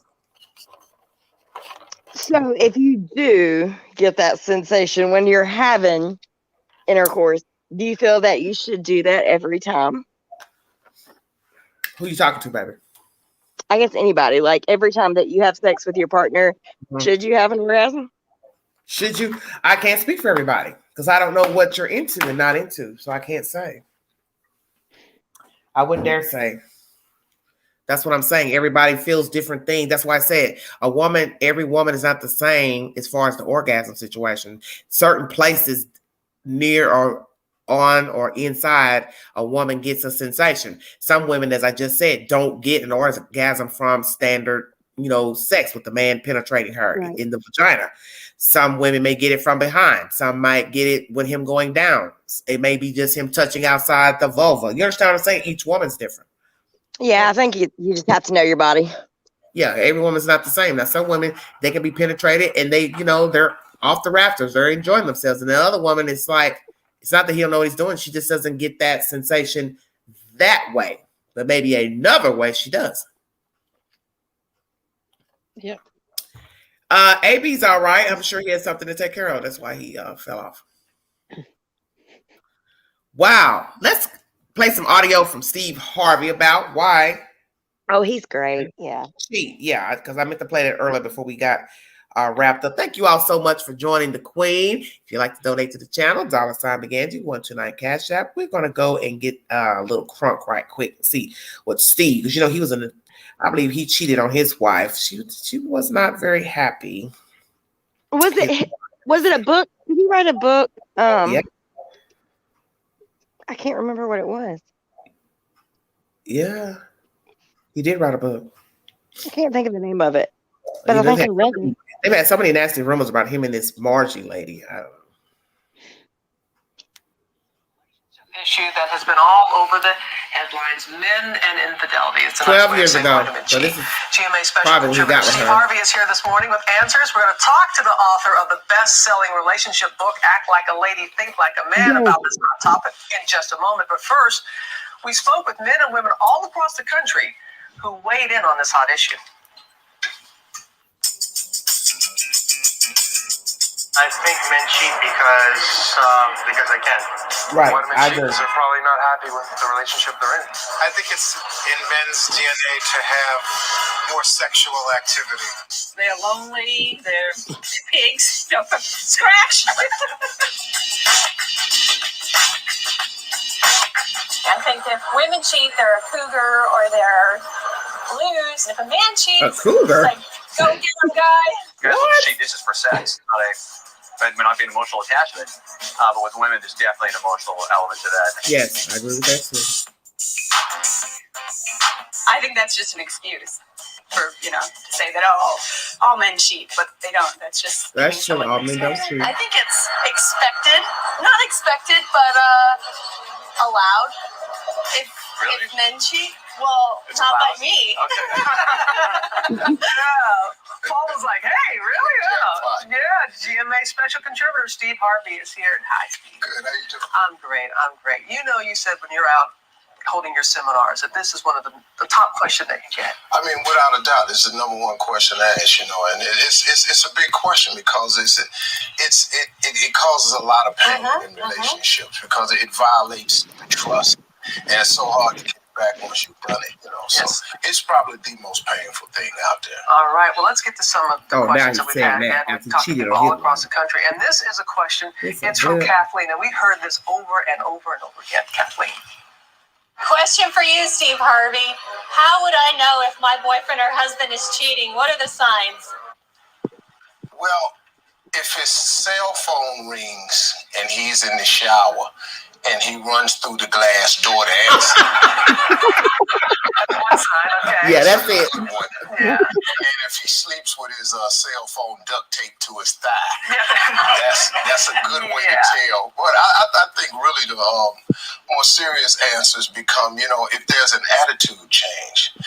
If your man doesn't care anymore about the intimacy, whether you're having it with him or not, if it doesn't make a difference to him, if he's indifferent to it, that attitude adjustment is serious. And then the big one is if his intimate performance with you has changed, if all of a sudden you're seeing new moves and brand new tricks, this is, guys, our imagination ain't that good. We have got to go practice these things. We can't just bring them in there, we gotta. So all practical signs that we should look for. All right, let's get to another question, and this is a question that some men in relationships say they struggle with. So, hey, Steve, if somebody's flirting with me, how should I handle that? It's not my fault. Is that what it is? Well, he's lucky if that's happening. But anyway, if somebody's flirting with you, you got to be careful because flirting pushes the primal instinct button in men. Because by nature, we're predators, and so if you show that little twitch flex reaction, that little dangle of carrot, and we immediately go for it. It's a very dangerous thing to flirt because at what point does it stop? Because if you keep the flirting up, eventually it's going to lead to something, And the best way to do it is just, laugh it off and go, girl, you crazy, and go home. And just move on. Yeah, because if you do it, you're not going to win. Got another question. This is Christine from San Francisco. Hey, Steve, I have a question. If I suspect my fiance of cheating, is it okay if I check his emails and phone records? I don't really like that personally. I don't think it's cool. I think you should respect a person's privacy, And then there's an old saying, seek it, you shall find. Trouble, you'll find it. Yes, here's the deal. If your guy is cheating, you're going to find out. You don't have to go looking for it. You always find out. Now, if he's cheating, but if you're wondering if he's cheating, because in light of everything that's going on today, everybody know. I wonder if my guy. Well, if you're wondering and you go looking, you're gonna find something. It could be an innocent email. It could be on a phone number that's attached to business. But if you stuck it in your mind, wow, he's cheating too, and you see this stuff, it could turn into something else. I know a lot of relationships that are shot now. Gone because someone suspected and went looking and found something innocent, and it turned into something that it really wasn't. They're saying text messages and all that's lipstick on the collar from back in the day. Yeah, I don't recommend text messaging. I quit text messaging. All my notes is by carrier pigeon. Damn. That's true. That's how most people got caught. Text messages. And she wants to know this about cheating. Why are all these men that are in power think they can get away with it? It's not just men of power. Regular guys. It's not reserved to men of power. It happens to the truck driver, the cab driver, the janitor. Yes, it can happen to anybody. It happens to women.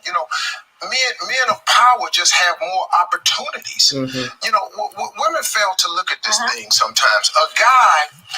There are trophy men just like they're trophy women. They're just like women that men want to conquer. Right. There are men that women want to conquer.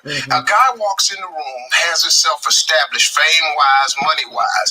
There's women over there eyeballing this guy. He may not even be aware, but that's why the athletic bus pulls up at the hotel. What's it filled with? A lobby full of groupies. Because guess what?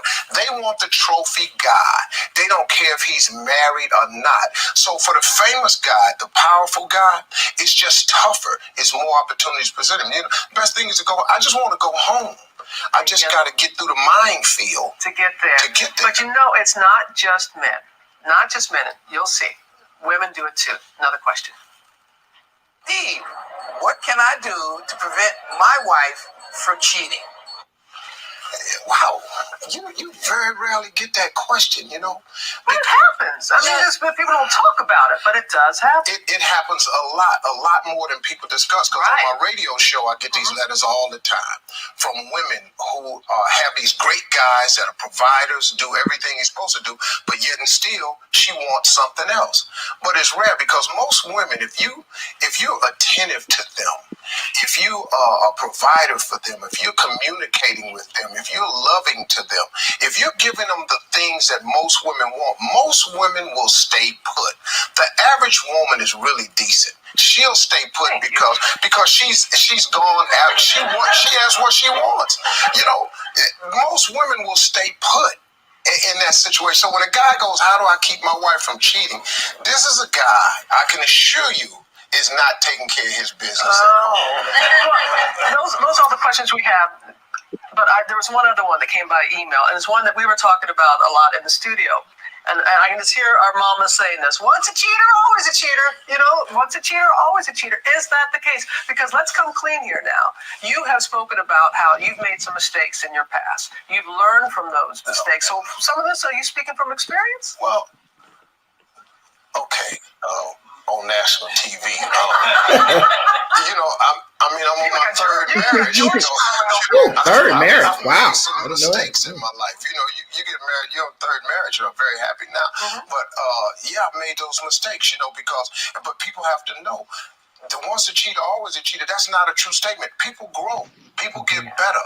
People learn from their mistakes. People move on. People discover what went wrong before and learn how not to make those mistakes again.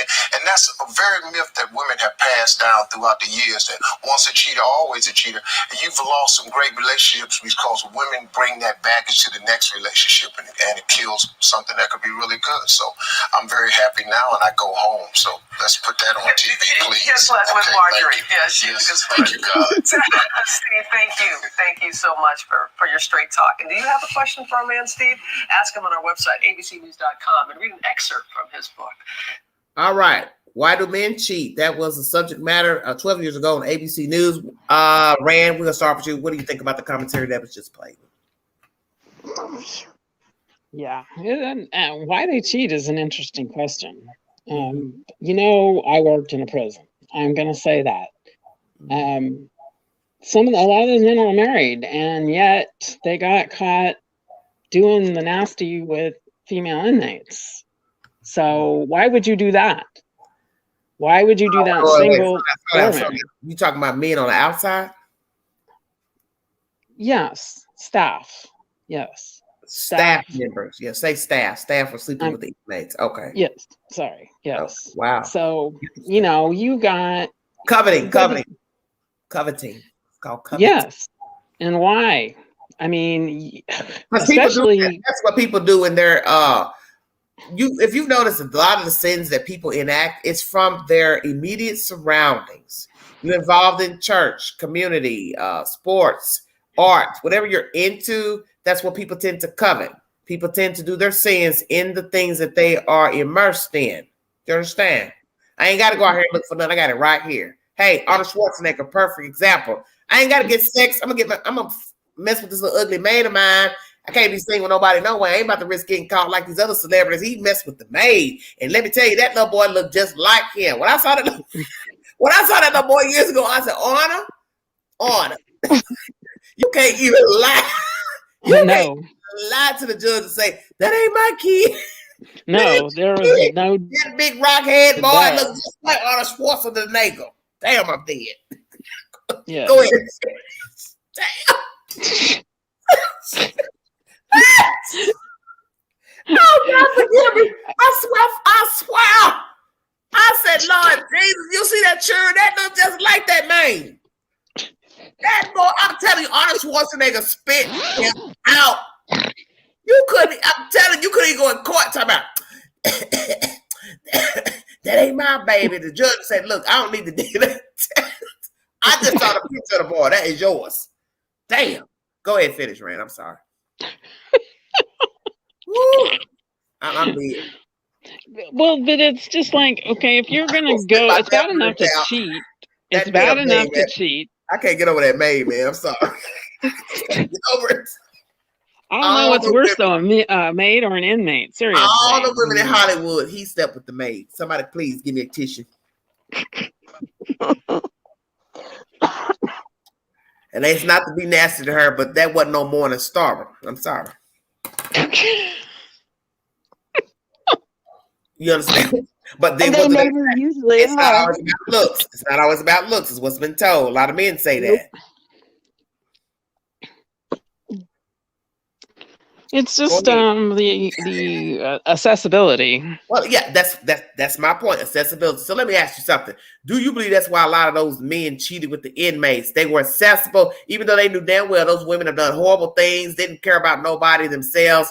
Why would they choose those type of women to have sex with? And it's an adventure. I mean, you're going to do some you're going to do some time if you get caught. Okay. So it's an adventure as to how and where and who you're going to pay off. And it's a total adventure. It has to be a high just in order to do it. You know, the accessibility. I believe men cheat because I think you're exactly right. I've read a long time. People cheat because they can. That's what I think. Yes. And it's a power thing too. I don't think it's a matter of where you are. I don't think it has anything to do with your surroundings. I think you took as that guy asked Steve about somebody flirting with him. You took advantage of somebody winking their eye, or you winked your eye, or you looked at them, they looked at you, and one thing led to another. Because let's be truthful, two people in a room staring at each other, they're physically attracted to each other, they're looking at each other. Somebody is bound to say something. No, that's true. But still, if it's your job, I mean, your job, you can go to people prison. Don't care. Look how many people have messed up their lives by sleeping with people that they work with. I'm going to tell you something. The old saying, you don't shit where you eat. Oh, yeah. That's a true statement. You don't mess with your neighbor. You don't mess with people on your job. Because one, you have to have somewhere to work. Listen, you have to have somewhere to work and you have to have somewhere to sleep.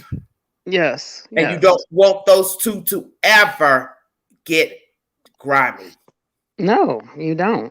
Because you cannot just up and move at your apartment condo, and you can't just go find another damn job. Just imagine you got a really good paying salary job. You start messing around, flirting at the water cooler, the cubicles, wherever it goes. Next thing you know, we're meeting at lunches, we're meeting for coffee, we're meeting for dinner, we're meeting at the hotel, we're meeting wherever. And then all it takes is some nosy Parker to find out, start spreading the rumors. Now, you walking into work, everybody's looking at you. That's some dirty business, man. Yes, it is. That might be my next live because that is a good topic. That's a damn good topic. What's so funny? Nothing. Tracy talking about friends involved with marriage. I don't understand what she's saying. Some women will. Tracy, you're gonna have to elaborate. Are you talking about having male friends or female friends and it bothers your mate? I don't understand what you're saying. Brittany, you want to touch on the subject, sweetheart? I kind of want to answer the question with a question. No, don't you start there. I don't know what is with my chat. Just don't like following damn instructions. What you want to answer a question? Okay, so you bent them a little bit for AB, so you got to bend them for this. I just have a question. Do you believe in what they were talking about? Once a cheater, always a cheater. Yes, I don't believe that either. Because I let me give you a phrase. I'll let you finish. My friend in high school at the time, her parents were going through a divorce. I was in high school at the time. She had already graduated. Wonderful father, great, that I know of, but I later found out they didn't really have a good relationship. But that's the point, how things look. Anyway, he seemed nice to me. He was a mild-mannered man, Christian man, church man. The marriage had dissipated. Okay. The mother was very rude. I remember one day I'm sitting in the house. He comes in. Naturally, she's packing up her stuff because they are getting ready to divorce, whatever. And he walks in the door and he speaks to everybody in the room. He walks in, he says, hello, good evening, everybody. We both speak. The mother doesn't. Well, naturally, she's not speaking because she has some type of, issue with the father because they're divorcing. But this man cheated on her with another woman. He ended up married to this woman for 30 plus years. He died not too long ago. She also died not too long ago. God rest her souls. But to my knowledge, I never heard that he ever cheated with another woman in town or anywhere else. You understand what I'm saying? And I also talked to that woman years ago, and she had said to me many moons ago, 37 years ago, that she said if I could do it all over again, I would not have cheated with him, knowing that he was married. But things happen. You can't go back. So I think they were happy, to my knowledge. They seemed happy. I don't know any other gossip, you know what I'm saying, about them. But I do believe that a man can cheat, learn his mistake, woman as well, and not be a prolific cheater, because everybody's different and you can't judge everybody the same. I agree with that. Yeah, I don't judge all people the same because they messed up. You know, it's no different than if you wrote bad checks or you got in trouble with the law. That doesn't mean that you're going to continuously get in trouble with the law, or you lied on your taxes, or what. I mean, you know, whatever the damn sin is. People change and people don't make the same mistakes over and over again. Right. Brittany, what do you have to say about that? No, I completely agree. Only because I can speak for myself. And when I say this, it wasn't because of my husband, given this was all 15 years ago. But me, as being the person that did that to somebody, to see the pain and the hurt that caused one individual because of my action was so completely life-changing. Like, it literally makes my skin crawl to hear people say, once a cheater, always a cheater. No, you can't say that, because you're only speaking of people that you know of that's probably prolific. Right. And I can only speak for myself when I say this. Cheating.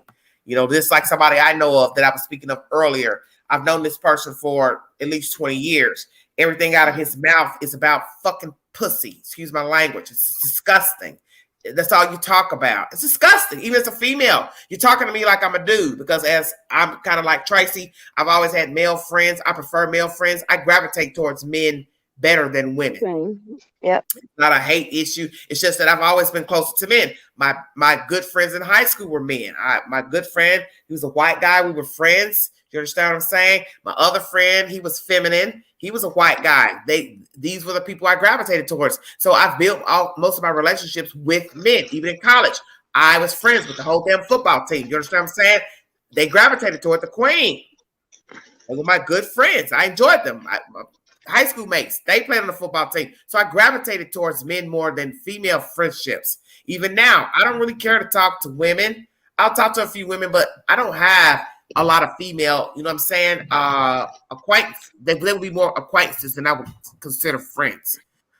But I can completely agree with that. I can say I have one female friend that, like, yeah, I don't do women. I never have. Nope. I'm not into females. There's some women I've and I met. think it depends on where they are in their life and where you are in your life too. That makes a difference as well. Yeah. The scenario you were talking about the other night, like, I could just picture it in my head as, like, you are too confident of a woman to be dealing with the situation you were talking about, so they are so intimidated by you. Which was what? The crazy stalkers at the female stalkers, yeah. But the flip side is that I'm dealing with a situation that I'm trying to, move myself from, as far as a male situation, because like I tell people, I can appear confident, but I'm still a human being. You understand what I'm saying? I still have feelings. I still, can love hard and care for somebody, and their mindset is somewhere else.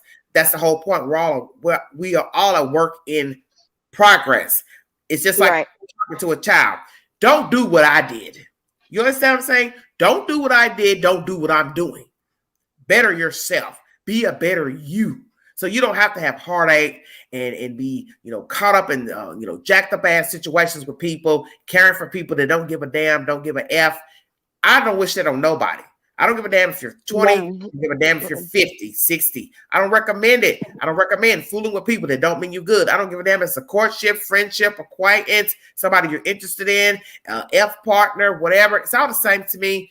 You have got to know when to fold. When you see, hey, this is not working out. I'm not benefiting. I'm not getting what I need, what I desire. I've gone to the table with this person. They won't meet me halfway. Man, cut their ass loose. You will save yourself a lot of misery and heartache. And I know it's hard to cut people off that you are invested in or you care about. But my thing is this, you know what? They ain't giving a fuck about you. And it's always easier in the beginning to keep they that don't name. care about you. So my thing is, why should I be caring about somebody that don't care about me? And I don't like that. You know what I'm saying? I'm getting on my little rant right now. But that's a terrible place to be having feelings for somebody. You're worried about them. You're concerned about them. You call them. You check on them. You text them. And a motherfucker won't even call you back just to say thank you. So happy you called me. You checked on me. It's a beautiful thing. It takes 10 seconds, less than 10 seconds to send a text. That's it. So don't ever tell me you didn't have time. That's right. It's rude. Because you know what my daddy taught me? You make time for what you want to make time for. That's exactly right. That bullshit they feed you. I was busy. I was I was sick. My mom was at the hospital. Pookie had a wreck. Bullshit. You know what I tell people? You want to know what somebody's made of? Let's say you're cool with somebody on Facebook. Go in Facebook late night and see who's on. That little green light tells you everything you need to know. Stay woke. You understand? Oh, see if they're live. Yeah. Especially if you're a single person, you're dating somebody or you like them and you all are Facebook friends or you all are on Messenger, let's say. You see that damn green light 3, 4 in the morning.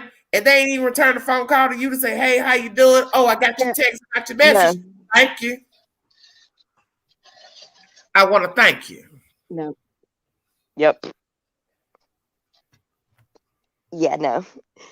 I feel like I'm too smart for that. So I would be no good in the dating world these days because I would probably be by myself. A lot of people I know that are married say that they could not be single again. I really think about it.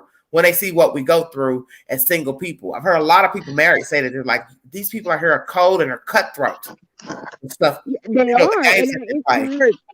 It's hard. I mean, being in a marriage and, every day, as long as we've been together, just, whatever. You figure out how to make things work and, it doesn't mean you're not happy. But, I mean, every relationship is work.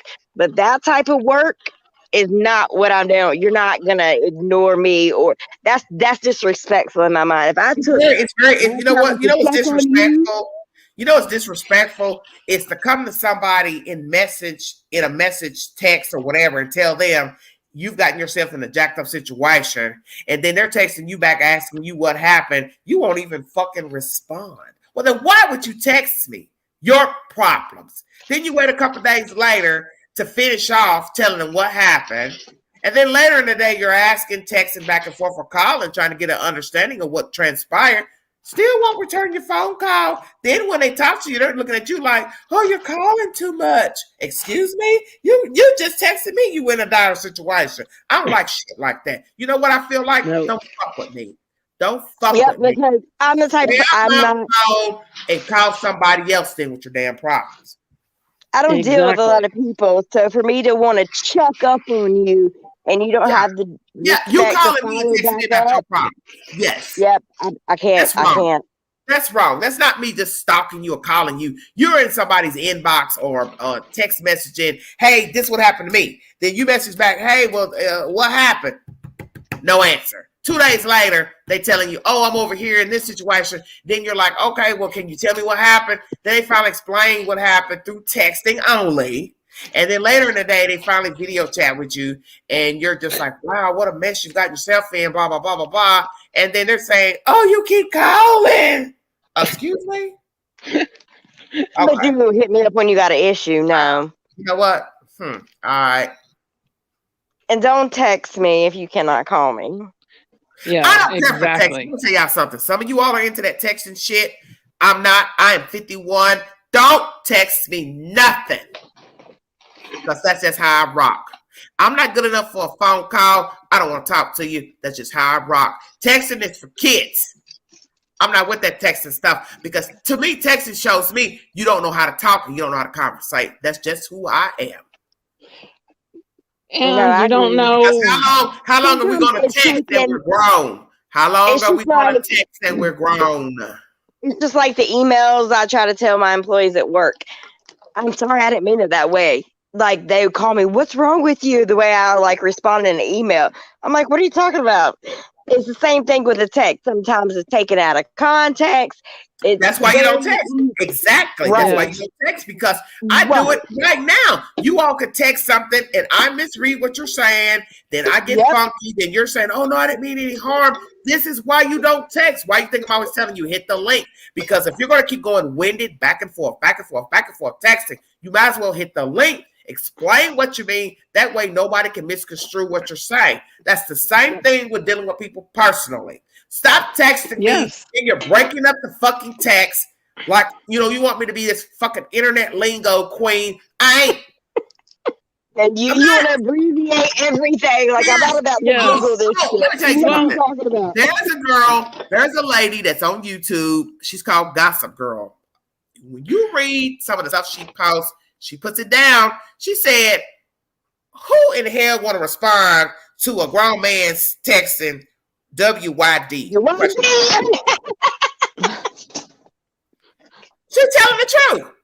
That's so true. Over the age of 40, you over the age of 40, 50, and you got a fucking grown man saying WYD. So what I want to respond is, yo, mama. That's what I'm doing. That is exactly right. There's no way I want to get that from a black man. I get that from men all the time because I'm still on the date side. What's good? What's good? My light bill. That's what's good. You want to pay that light bill, gas bill, water bill, rent? You want to pay all that?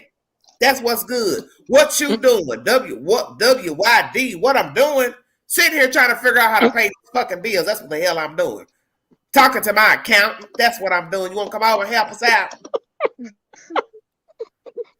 That's true. No, I agree with you. That is the rudest thing to put in a text. That is something you text a 20-year-old. You do not text a grown-ass woman that pays bills WYD. What's going to happen with your text? What's good? Plus, who knows what's going to happen with your text? You could have... The next time a certain person texts me, I got a good answer for him. I got a good answer. What you doing? Rubbing your friend's back. That's what I'm doing. Rubbing your homeboy's back. That's what I'm doing. And let us know how that. LOL. Because it's just there comes a point you need to grow up. Yep. Yes. I can't stand that. What's good? WYD. What you doing? That takes me back, but yes, she's exactly right. What'd you say the name was? Gossip Girl? I'm sucking on a wet sock. That's what I'm doing. The queen can get ignorant. But that's rude. Like, I feel like you're trying to pursue. That's not how you talk to somebody anyway. But that's my point. It's that street lingo, internet lingo, is for kids. You're in your 20s. You do all that abbreviation shit. You know what I'm saying? I'm not with that. I'm a grown-ass woman. I'm 51. I may not even live to be 65 years old. I don't want to be doing that old lingo stuff. I don't want to do it. I don't have to. You shouldn't. You shouldn't. Hey, TZ, how you doing, baby? Mina says I'm in the toilet. That's what I'm doing. Oh, that's a good one.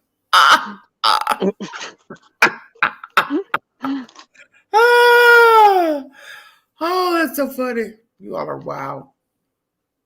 So what do you think of this live thus far? It's been very interesting. I've enjoyed it. I don't know what happened to AB. That's okay. Maybe he's incognito. Well, he might have some. His children might be up or something. Right. Yeah. Well, I prefer male friends though too. They're just more. I love my male. I always love my male acquaintances. I've always enjoyed talking to them, getting advice from them. I just like it better because I think who better for me to ask a question about men, women relationships than talking to a man. Yes. And they're just more true. Women, okay, yes. Hey DJ Queen, how you doing, baby? Women can just be very backstabbing. Sandra, that's okay. It's internet lingo. A lot of people are not abreast to internet lingo. I wasn't. I just got on internet, social media, spring of 2018. So I'm coming up now 4 years on social media. So I wasn't hip to any of the internet stuff. Everybody knows I write in caps. A lot of people would get offended when I wrote in caps. Why are you screaming? Why are you? I write like this, heifer, so I don't have to change lowercase, big case.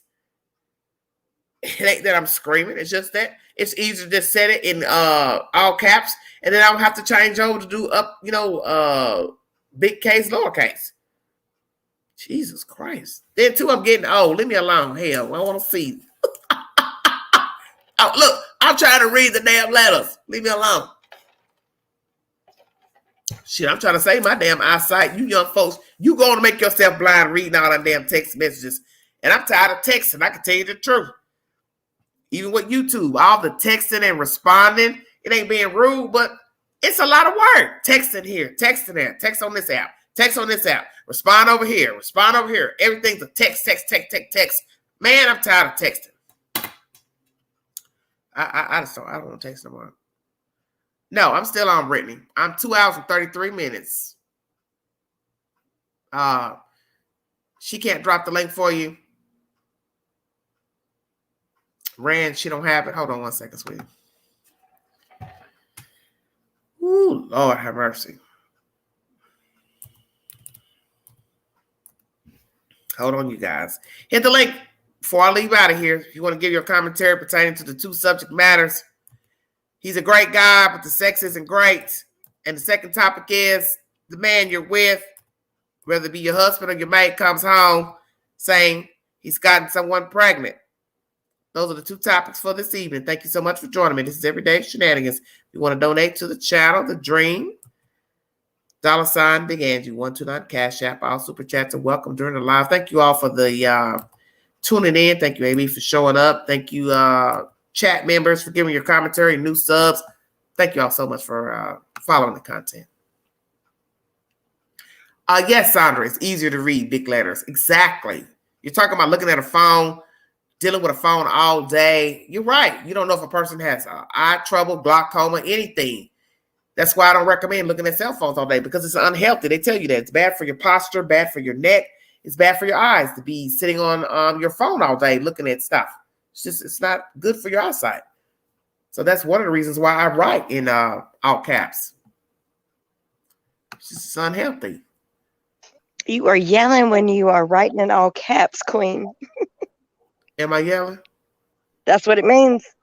I was told to make uppercase to get noticed in chats. Girl, I'm 48. I can't see anything. That's what I'm saying. But I never knew that when I first came to social media. People would say that when I would respond in articles. Why are you screaming? You ain't got to. And it's like, MF, look, I don't care nothing about what y'all got going on. Queen writing in caps because she want to.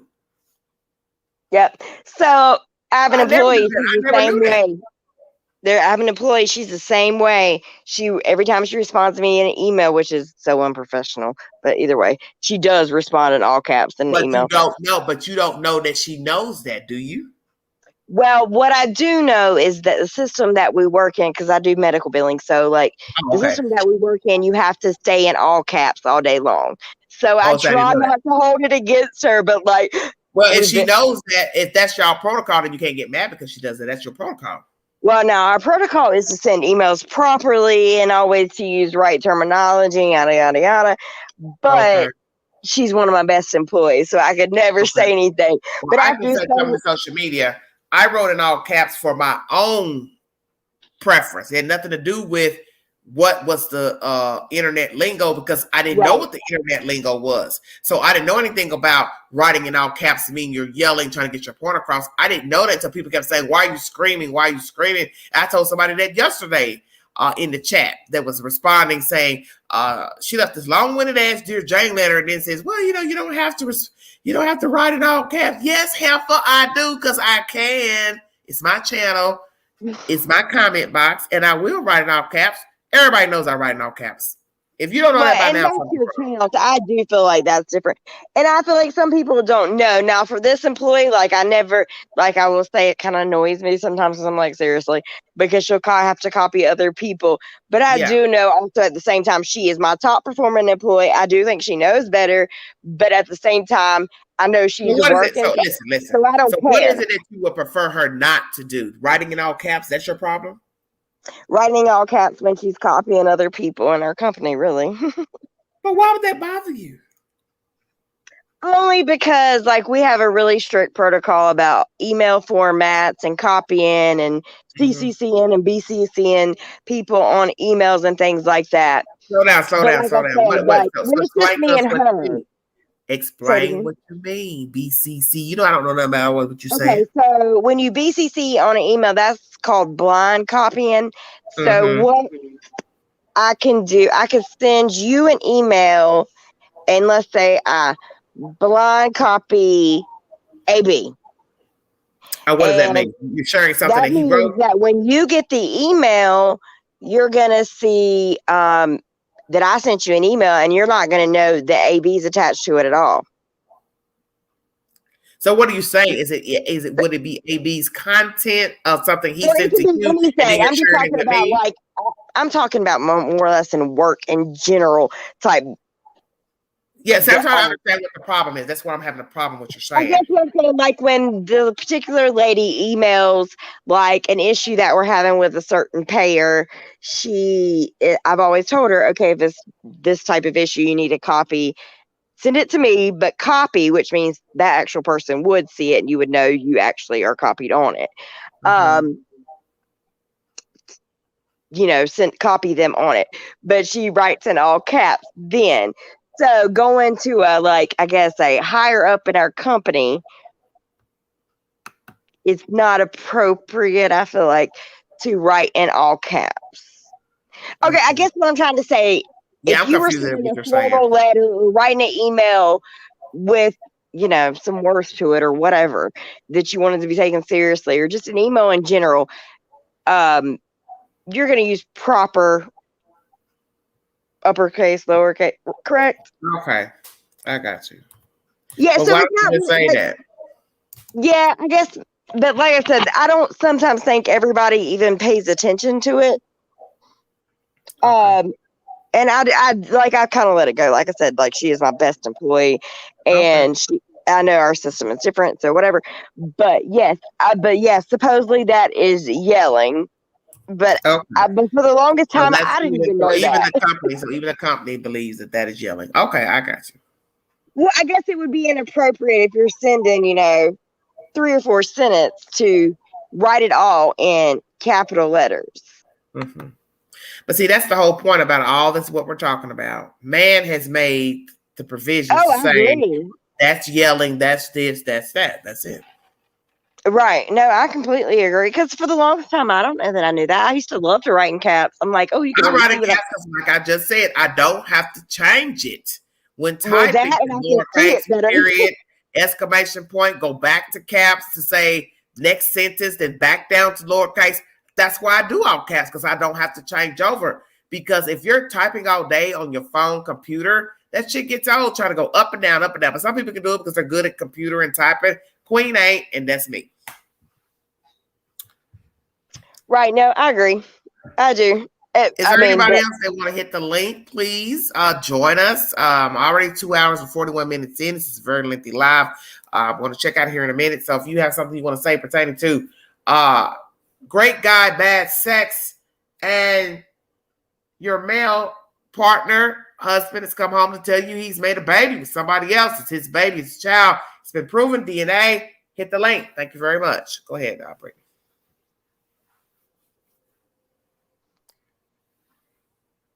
Brittany? Supposedly, and I was just going to say supposedly, like... Oh, you're reading somebody's comment? Oh, no, I was just reading how to work coming to this. I wasn't trying to get, on work. I was just, when you saw caps, and, that's just what came into my mind, is the yelling, and I think about that, because I just see it every day, so I'm not trying to take it on a work level or anything I'm going to write caps right now.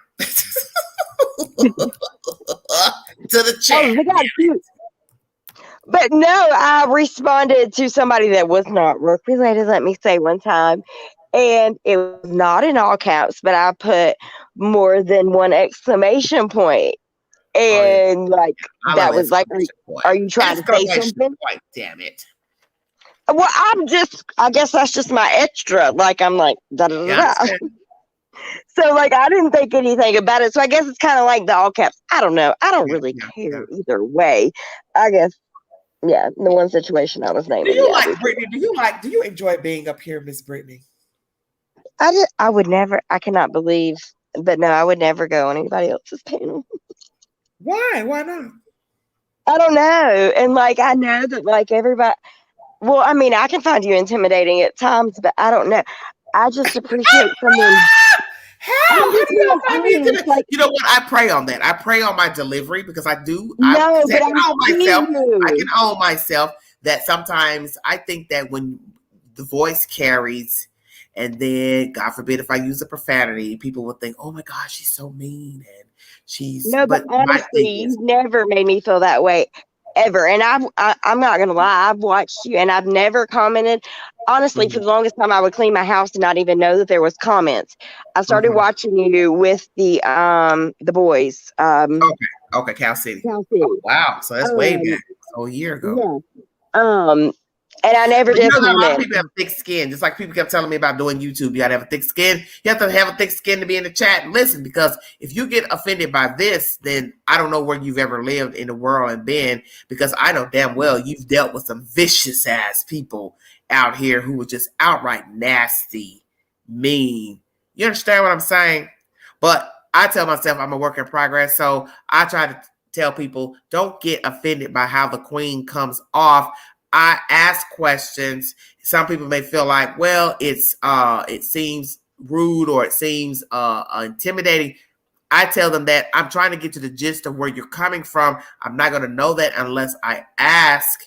And sometimes even asking nice to people certain things, they still will overrun me and won't even answer my question. So it's like, okay, it's like I'm pulling teeth.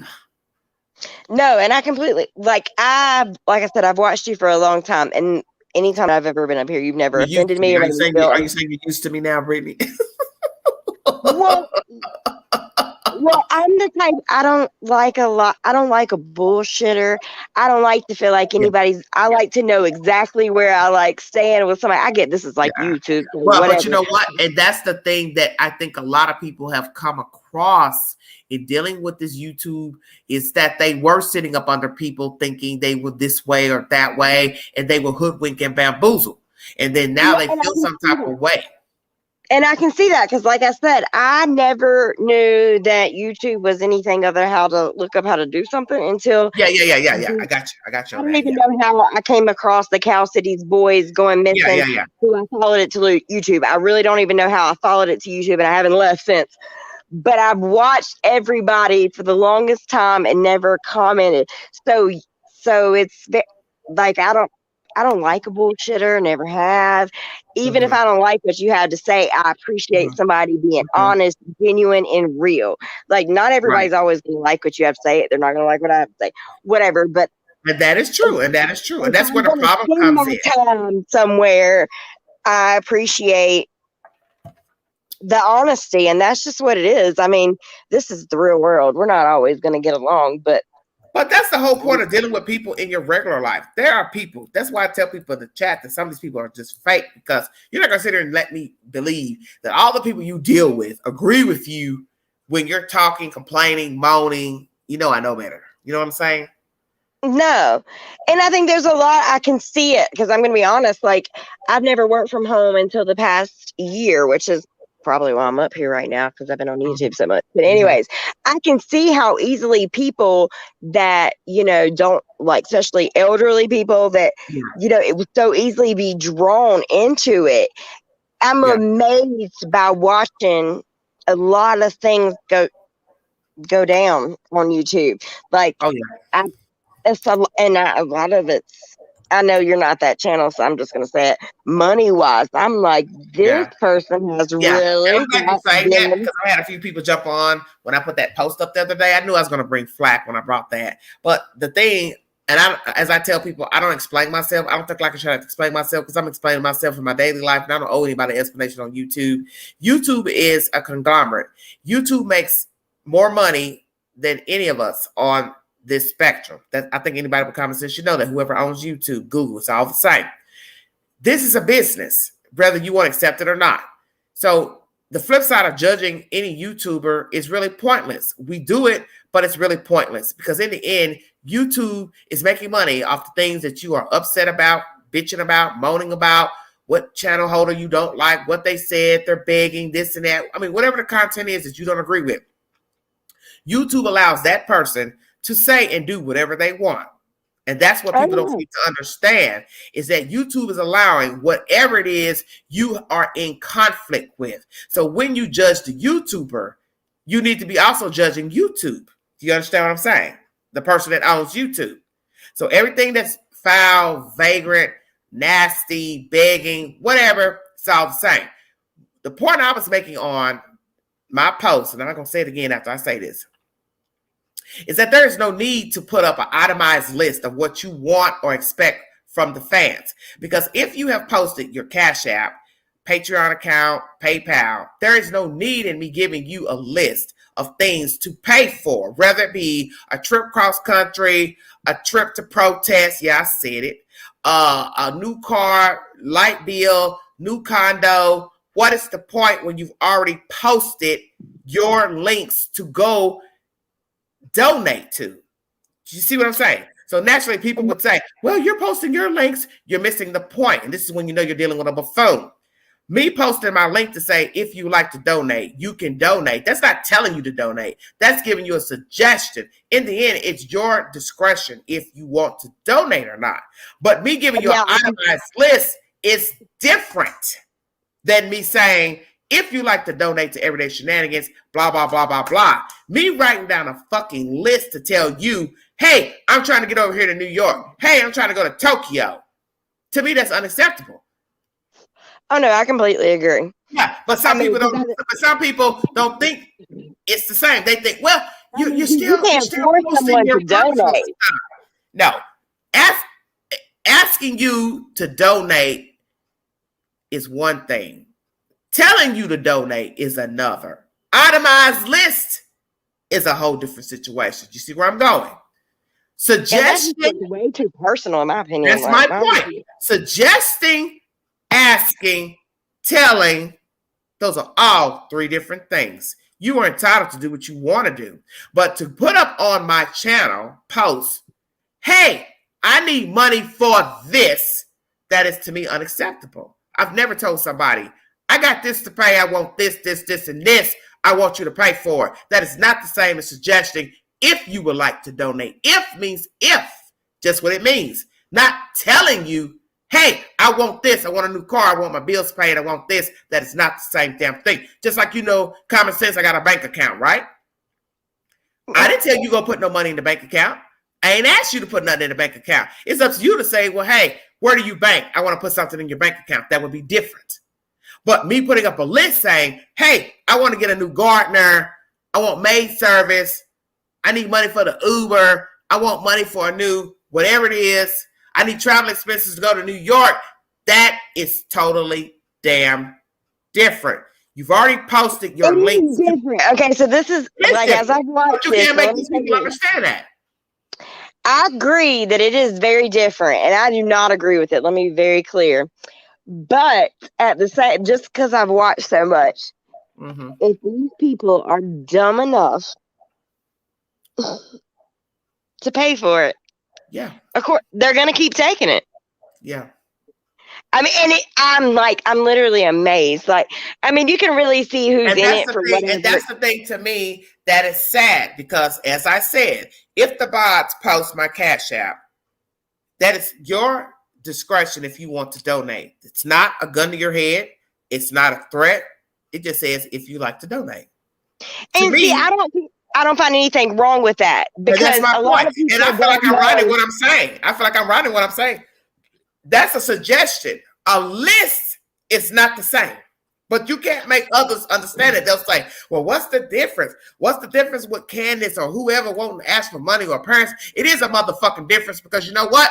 How are you living before YouTube found your story? That is right. So originally, like, I would send you cash apps, and I didn't realize that I mean, nothing major. Let me not sound like I'm anybody. That's not what I'm trying to say by any means. But I did not know that, like, YouTube took a portion. Yeah, so no, once I realized that, in the YouTube, they take a portion of the super chats. I think right. the memberships. That's why I was telling people in the beginning last year with Cal City when people try to say, "Oh, you're only talking about the boys to get the cash out, motherfucker." I was monetized and didn't even know I was monetized because I wasn't keeping up with none of that stuff. I know my bills and I know my money. I know my money sat in an account and it wasn't even touched. You see where I'm going? My cash app I had was before Cal City. See, that's what people don't understand because people think they know every fucking thing, but they don't know what they're talking about. And I shouldn't even have to explain this. Like I said, this is my last time ever explaining this. My cash app card was it makes plenty of sense now that, like, I know that people post their cash apps or whatever. Because if I'm going to donate anything, I'd much rather know it's going, the whole amount is completely going to the person I'm donating my cash to. app card But for I do think it's taken Cal advantage City. of on certain people. Let me make that clear. My cash app card was before I ever talked about. It wasn't posted, but it was in my pocketbook. Do you see where I'm going? My brother said, you should post your cash app.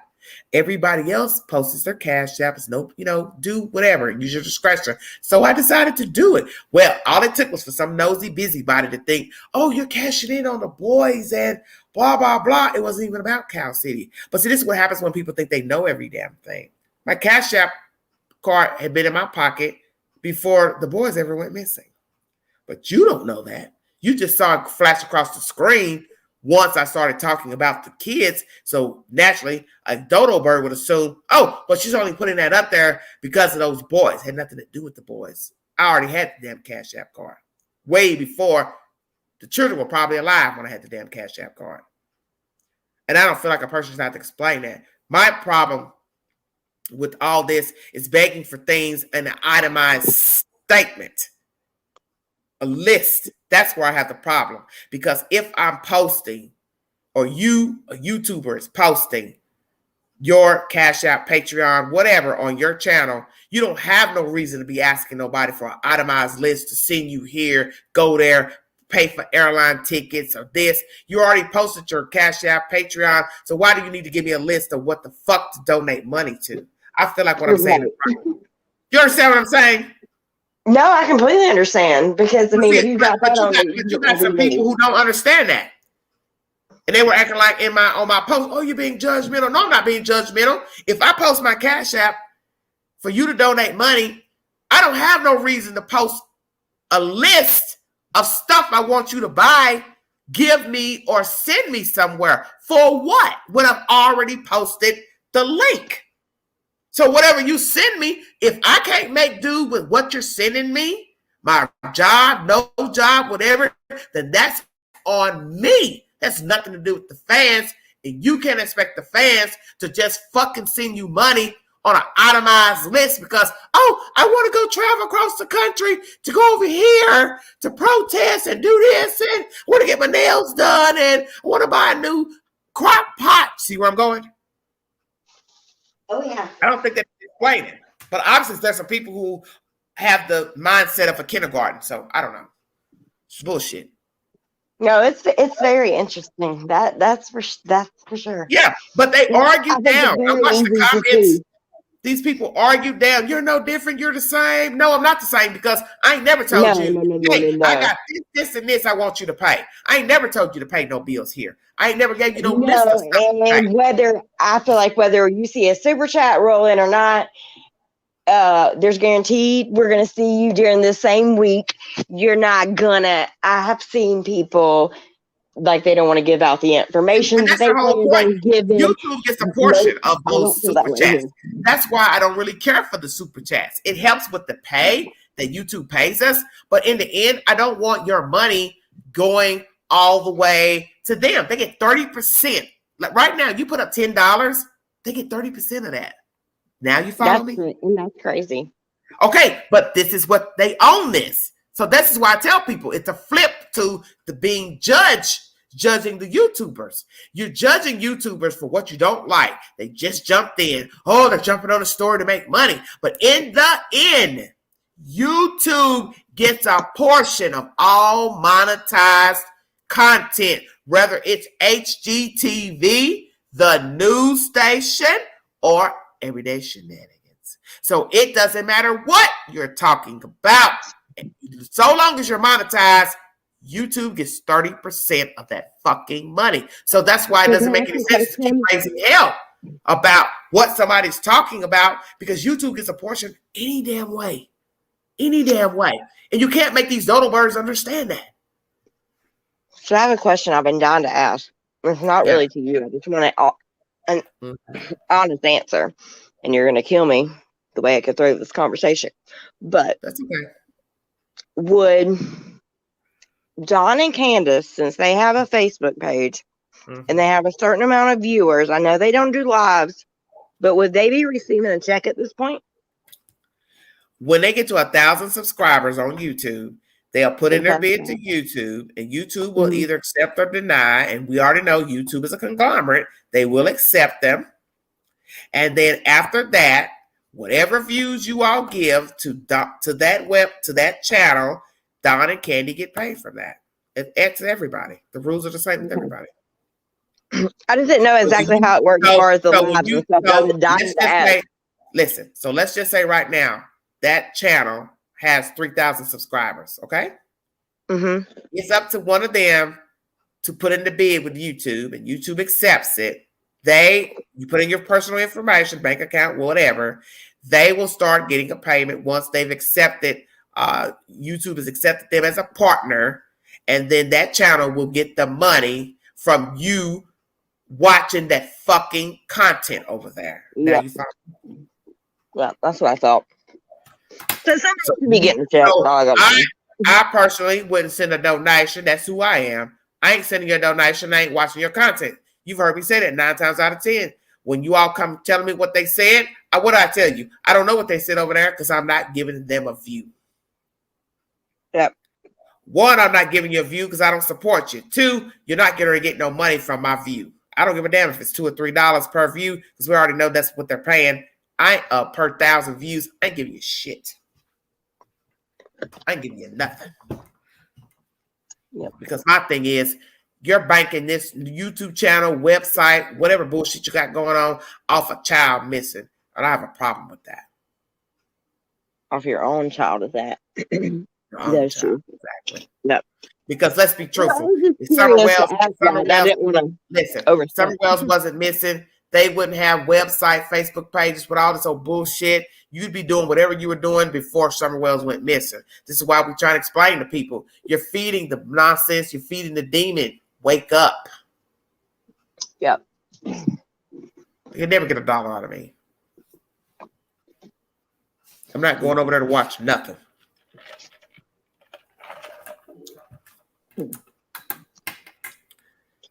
So frankly, if they've got a couple thousand subscribers right now, you're a fool if you're sitting here donating money to them. She's getting money from the YouTube channel. Stay woke. That's what I was wondering. If she's a partner, if she's a partner. Everybody was talking about, what's she going to do for work and yada, yada, yada. I don't know if she's a partner, if they're already at 1,000 subscribers, it's up to her to put in the bid with YouTube. 9 times out of 10, they will accept the bid. And then shortly after that, she will start getting a check. It will go directly to your bank account. That's what I was thinking. I just wanted to. So I wanted to clarify without overstepping and being rude. That's all right. That's what I don't know who set up the account for them or whatever. I have no idea. The last thing I did watch was the birthday thing on the page, but I do remember seeing it was over 1,000, which made me wonder, even without them doing live. What you mean? Subscribers? Yes. I have no idea what it was. If she has over 1,000 subscribers, she's probably already put in her bid to partner with YouTube. You already know that. That's what it was about anyway. That's what I was, because you know how they think everybody else is profiting. I am too. They're crazy. But I wasn't really trying to take it there, but I was curious. But yes, Well, the it's reason why okay. I'm here is because I've watched so many people and I've never spoken, I've never said anything. And I've really only followed a certain amount of, I followed the boys, I followed Cash Gernon, Yeah. and Summer. There may have been a few in between that I can't think of at the moment. Oh my But God. anyway, TZ says they have 13.8 subs. Get the fuck out of here. That's more than Queen. Wow. okay, so there we go. I had There we no go. idea. Okay. Well, you know now. 13.8. That's a lot. Mm. So I think we already know the rest of the story. We don't have to even go there. You know, that's what it was all for in the first place. They saw a way to make money, so they set up a channel. So if you decide to donate money to Candace and Don, that's your dumbass. Did you? I know you didn't hear because I know what I watched last night, so I know you didn't. Candace, she's got. How you doing, Candace? I'm good. Great. I don't have no problems at all. Something along those lines. Not verbatim what she said. She ain't worried about a thing. Well, I know the other night when I went live, I didn't tell you all in the chat, but her name was up here in the box. I didn't let it speak because 9 times out of 10, it was probably BK because people said he did that. So that proved to me it wasn't Don because Don's locked up. So that left either being the real Candace or probably BK. I don't know why they keep coming over here trying to get in because I would never let any of them ever speak on this channel. I think he already I don't play knows. those kind of games. No, and he knows that, so he's not going to go that far. I beg your pardon? I said I think he already knows that, so he ain't even going to go that far to bother with you like he does the others. Who are you talking about? BK. Listen to what I just said to you. Oh, I mean, I'm not going to say he wouldn't come in the chat. Listen, I said the name Candace came up in the box. So I now know it couldn't have been Dawn because Dawn is locked up. It could have been her. Could have been. But the subject was about something that had nothing to do with her child. So she had no reason to come up here. Or that other thing that they fool with.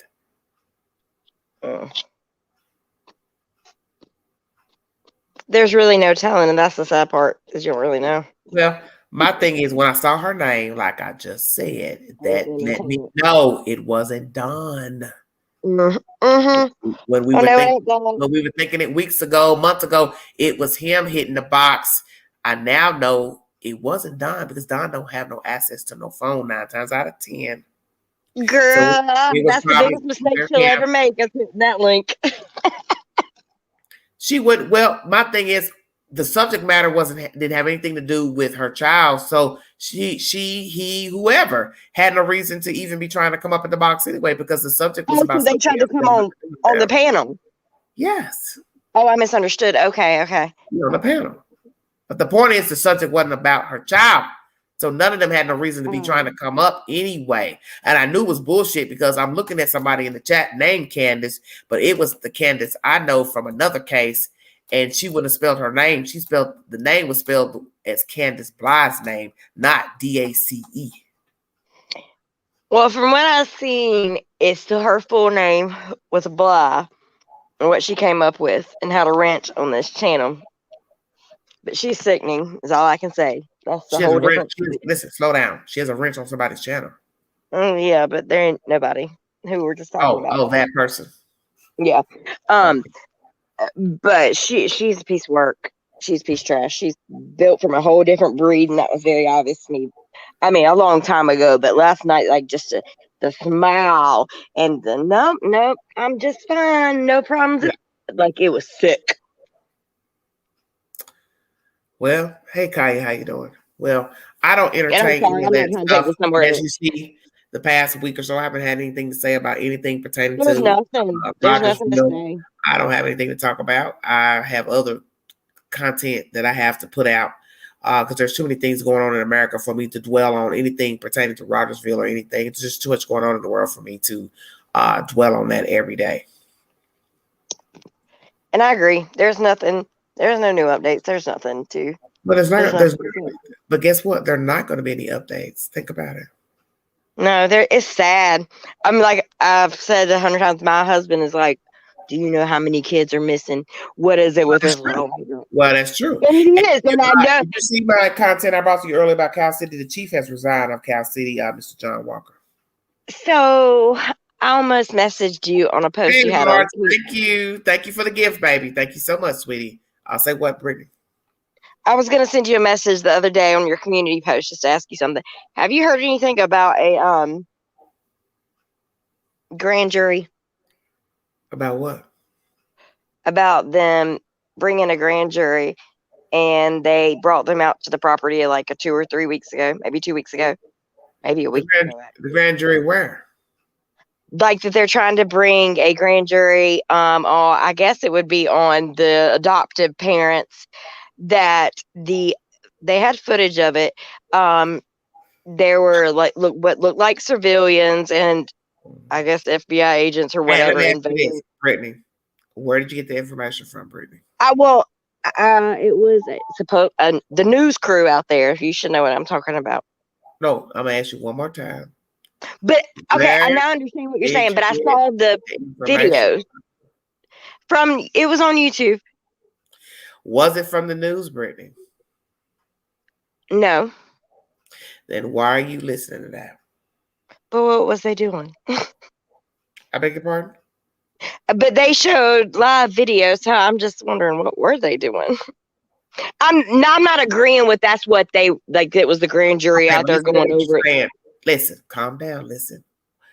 How would somebody have video of a grand jury when we know the grand jury meets in secret?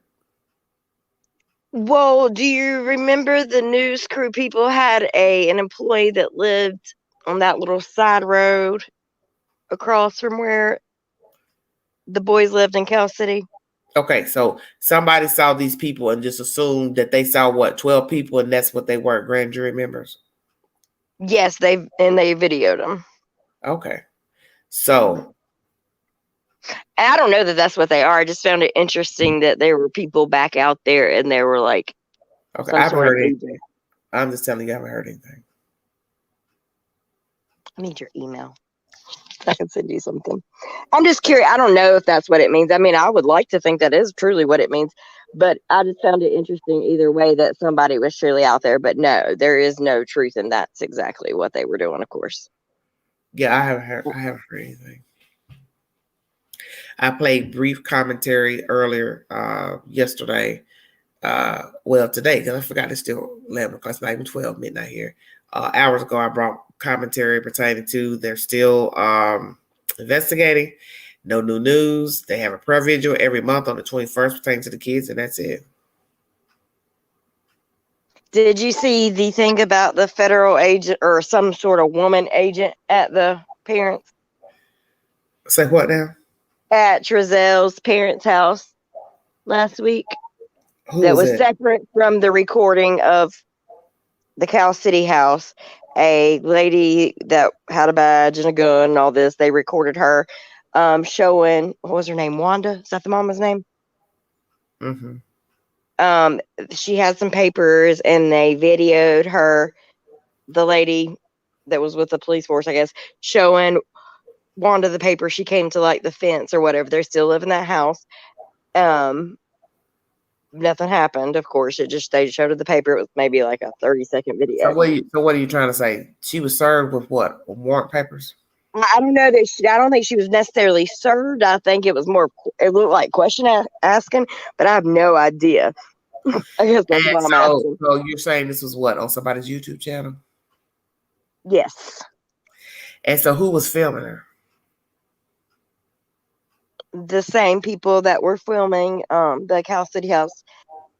That what? Do you want me to say? Can I say the name? No. Okay. Because what I want to ask you is one thing: how could somebody be at the house while Wanda's being served papers, and then also be at the house? No, it wasn't at the same time. I think it was actually possibly 2 or 3 days apart. Okay, but ask yourself this: Bakersfield and Cal City are 2 different locations. They're an hour apart. No, I understand what you're saying. So listen, just listen. How can I be at Wanda's house to watch her being filmed and then also be at Cal City or in that vicinity to see 12 members of a jury, I'm assuming, checking out the house? Think about what you're saying. Okay, so what I'm trying to say is the people that were out there at the Cal City house and the woman that showed up at the mama's door. Yeah, they're two different places, but they're two different places. Right, and it was not the same day. It was I don't in care. like, You still can't explain okay, how would I know I this understand though, what to you're be in saying, two but different places. all I can tell you is the story that was told. Okay, but see, this is why I have a problem when you all repeat stuff, because I always tell you all this. This is why people don't like me, because I ask you shit to make you understand what you're repeating. You want me to believe a person has access to stand outside Wanda's house to film her on day one getting served papers, and then on day two, an hour away, you just so happen to be out there when somebody showed up to go look at a house that could be possibly grand jury members. Same person. What are the odds? That's all I'm asking. Oh no, and it was very odd when they gave the scenario of why they were in that area, and they said we should just stop by. I mean, it was very odd. I do agree with that. So what I'm saying is, when you watch the commentary, did you see actually somebody serving Wanda papers? I seen a lady standing in front of the fence with Wanda. But you don't know who the lady was. But you don't know who the lady was. She had a firearm on her side, and you could see her badge. She's showing her, like, it looked like maybe some few papers stapled together, like that she had opened the papers that were stapled together. Okay. And then now that same person that filmed that is also the same person that filmed 12 members of somebody or 12 people separate on the property in Cal City. Is that what you're saying to me? Yeah, in a way. I don't think that he was actually the one that got the supposed juror members on video. I think whoever lives across the street's the one that shared the video. Okay, what I'm saying is, what is it that they showed? Yeah, the same person, which is very odd. I agree. No, listen. What was exactly shown at the Cal City location? That's all I'm asking. It was like 2 vans, and they got out. All they did was kind of walk around the fence area, like they did back in the day, where he would have came out that side door, and that's all they did. They didn't say how long they were out there or whatever, or maybe they did. I don't remember. But I'm not saying what you're saying it's not true. All I'm saying is you have to. What's odd is. Oh, I agree that it was odd. Somebody would have to have an inside of the grand jury meeting, going to the house, and then also this woman serving any type of paperwork to Wanda, which both locations are an hour apart. That's all I'm saying. Right, and the reason they gave to be in the area where the parents' house were and why they happened to stop by there, I found was very odd to start with too. Like, oh, we just happened to go to such and such's service here, and we thought we'd ride by to see if they still lived there, and they just happened to be I mean, yeah, it all sounds very odd the way they, and I don't know if that's just because they're scared, but it was interesting to see whether it's legit or not. Now, I will say I don't think I've ever seen it before. Let me ask Tracy. She's in the chat. Tracy, do you believe what they're saying is true? What are you saying? Did she actually hand her the papers? I don't remember. No, I do not. Not that I saw that any papers were ever exchanged. It almost looked like a few papers stapled together, and picture like going to like the third page of these staple pages. So it was almost like a few papers were pulled back. Is this a man or woman's channel? You could say both, but I would go with a man. I mean, the original content's from a man's channel.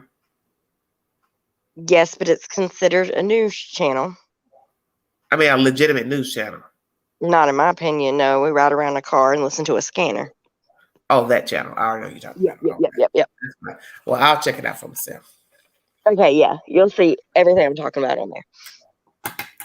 But yeah, it was interesting. I don't know if it means anything. I mean, I hope it means something, to be honest, but I found it was very odd, and you'll think the same probably, especially when they tell you the reason why they were in the area and whatever, and they just happened to ride by and they happened to catch the papers. I mean, it was odd, but like I said, I will say it footage I haven't seen before, but who knows at this point. Okay. I think it's crazy. I think it's no one. I've heard no one other than you say anything about the DNA thing. I know. Because I just brought commentary that was uploaded the 21st of February, which is still today, and it's pertaining to the Cal City boys, and there's no mention of DNA taken from the family, matching it with any remains or anything. It's just saying we're still searching, and on the 21st every month, they have a prayer vigil. That's it. I could be wrong. It may have possibly somewhat vaguely been mentioned in one of those videos that I watched too. But other than that, like as far as like content and giving an explanation that you gave, no, I've not heard that anywhere. And it's crazy that that was not. So you say you haven't heard on any other network that they gave up DNA back in November? No. Well, I brought it from a news source. And that's crazy because really, honestly, that's how I came to YouTube, and the people that I followed, were the people that were covering this case, because that's all I knew when I came to YouTube. And that was crazy. What I don't understand is why the news wouldn't tell the public that they found remains, because remains are remains. It don't matter who they belong to. And that the fact that you would go to these people allegedly to get DNA, so that means you had to have found remains that were small. And possibly too, that resemble a child. Mm-hmm. So why would you not tell the public that? There's something wrong with that. And it's now February, and we still don't have no legitimate news source saying they found remains in or around Cal City or Bakersfield, California.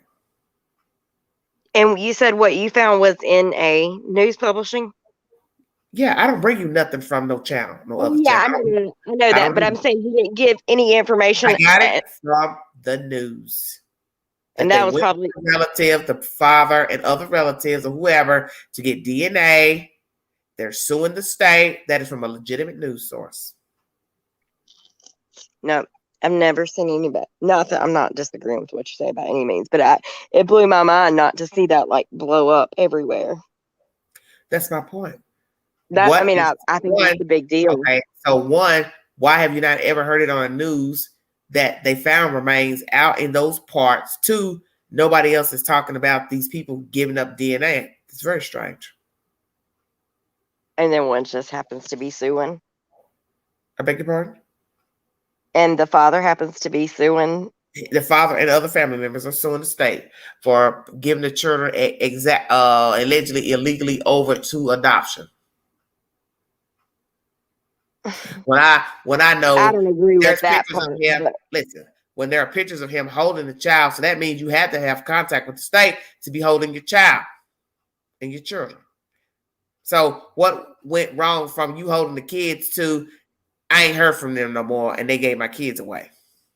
I don't believe that. I don't know. Because there's pictures of him on Facebook. Listen, there's pictures of him on Facebook where the girlfriend, the baby mama, has the pictures posted on her Facebook page of them holding the children. So how are you holding your children and then say, oh, they gave my kids away? That makes no sense. That means either you didn't comply and or you didn't return phone calls, letters, whatever from the state. Because I've seen the pictures of them with the kids when they were in the state take your kids. They don't want your kids. I mean, in my opinion, you see how. No, they're not just going to take your kids, especially if you're doing what you need to be doing. No, Gina says the lady looked lost, like she was asking something. That's all it was for real. Okay. And maybe, and like I said, I could be completely wrong. You'll just have to watch it for yourself. And maybe it was from where I seen the video earlier in the week, but I was curious to ask you if you knew if there was any truth to it. I haven't gotten information from the source, and I haven't seen or heard anything. Notifications. I haven't heard anything. This is my first time hearing. I don't know. You have to check it out, see what you think for yourself. I have no idea. I mean, because when you hear it, there are a few things that seem very convenient, but it is what it is. Yeah, because you don't know if they pay somebody to walk up there with a gun on them. Because anybody can carry a gun and then look like they are a process server, or you know what I'm saying. Right. Yeah, I completely agree. I do. All right. Well, I'm going to check out of here, Brittany. Thank you. You're welcome, sweetheart. Thank you. Have a good night. Okay, you too, babe. All right. All right, everybody. Thank you for joining me. If you want to donate to the channel, $ begins 129 Cash App. All super chats were welcome during this live. Thank you all so much. It's okay. Everything's a learning process. Thank you, new subs, old subs, people just stopping in to hear the content. This was a 2-part live pertaining to the guy's great, but the sex ain't. What do you do? And your mate, boyfriend, husband comes home and tells you he's gotten a lady pregnant. Do you stay or do you go? Both scenarios. Do you stay or do you go? Your mate's made a baby with somebody. Do you stay? And he's a nice guy, but the sex ain't too great. That was the subject for tonight's live. A double whammy. Thank you all who joined the panel, AB, all the guests, the people in the chat. Thank you all so much for the content. Thank you for donating to the channel, supporting the channel. God bless all of you. Stay safe. We'll be bringing you more stimulating content with conversation, commentary this week. And, Lordy, thank you, TZ.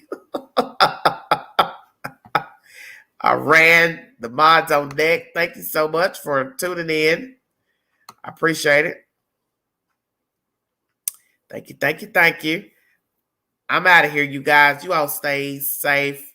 I don't know what I'll be bringing you later, but I'll find something. Please check out my community page for said commentary and news stories that I don't discuss on the network, but I do post them to my commentary, things that I think are intriguing.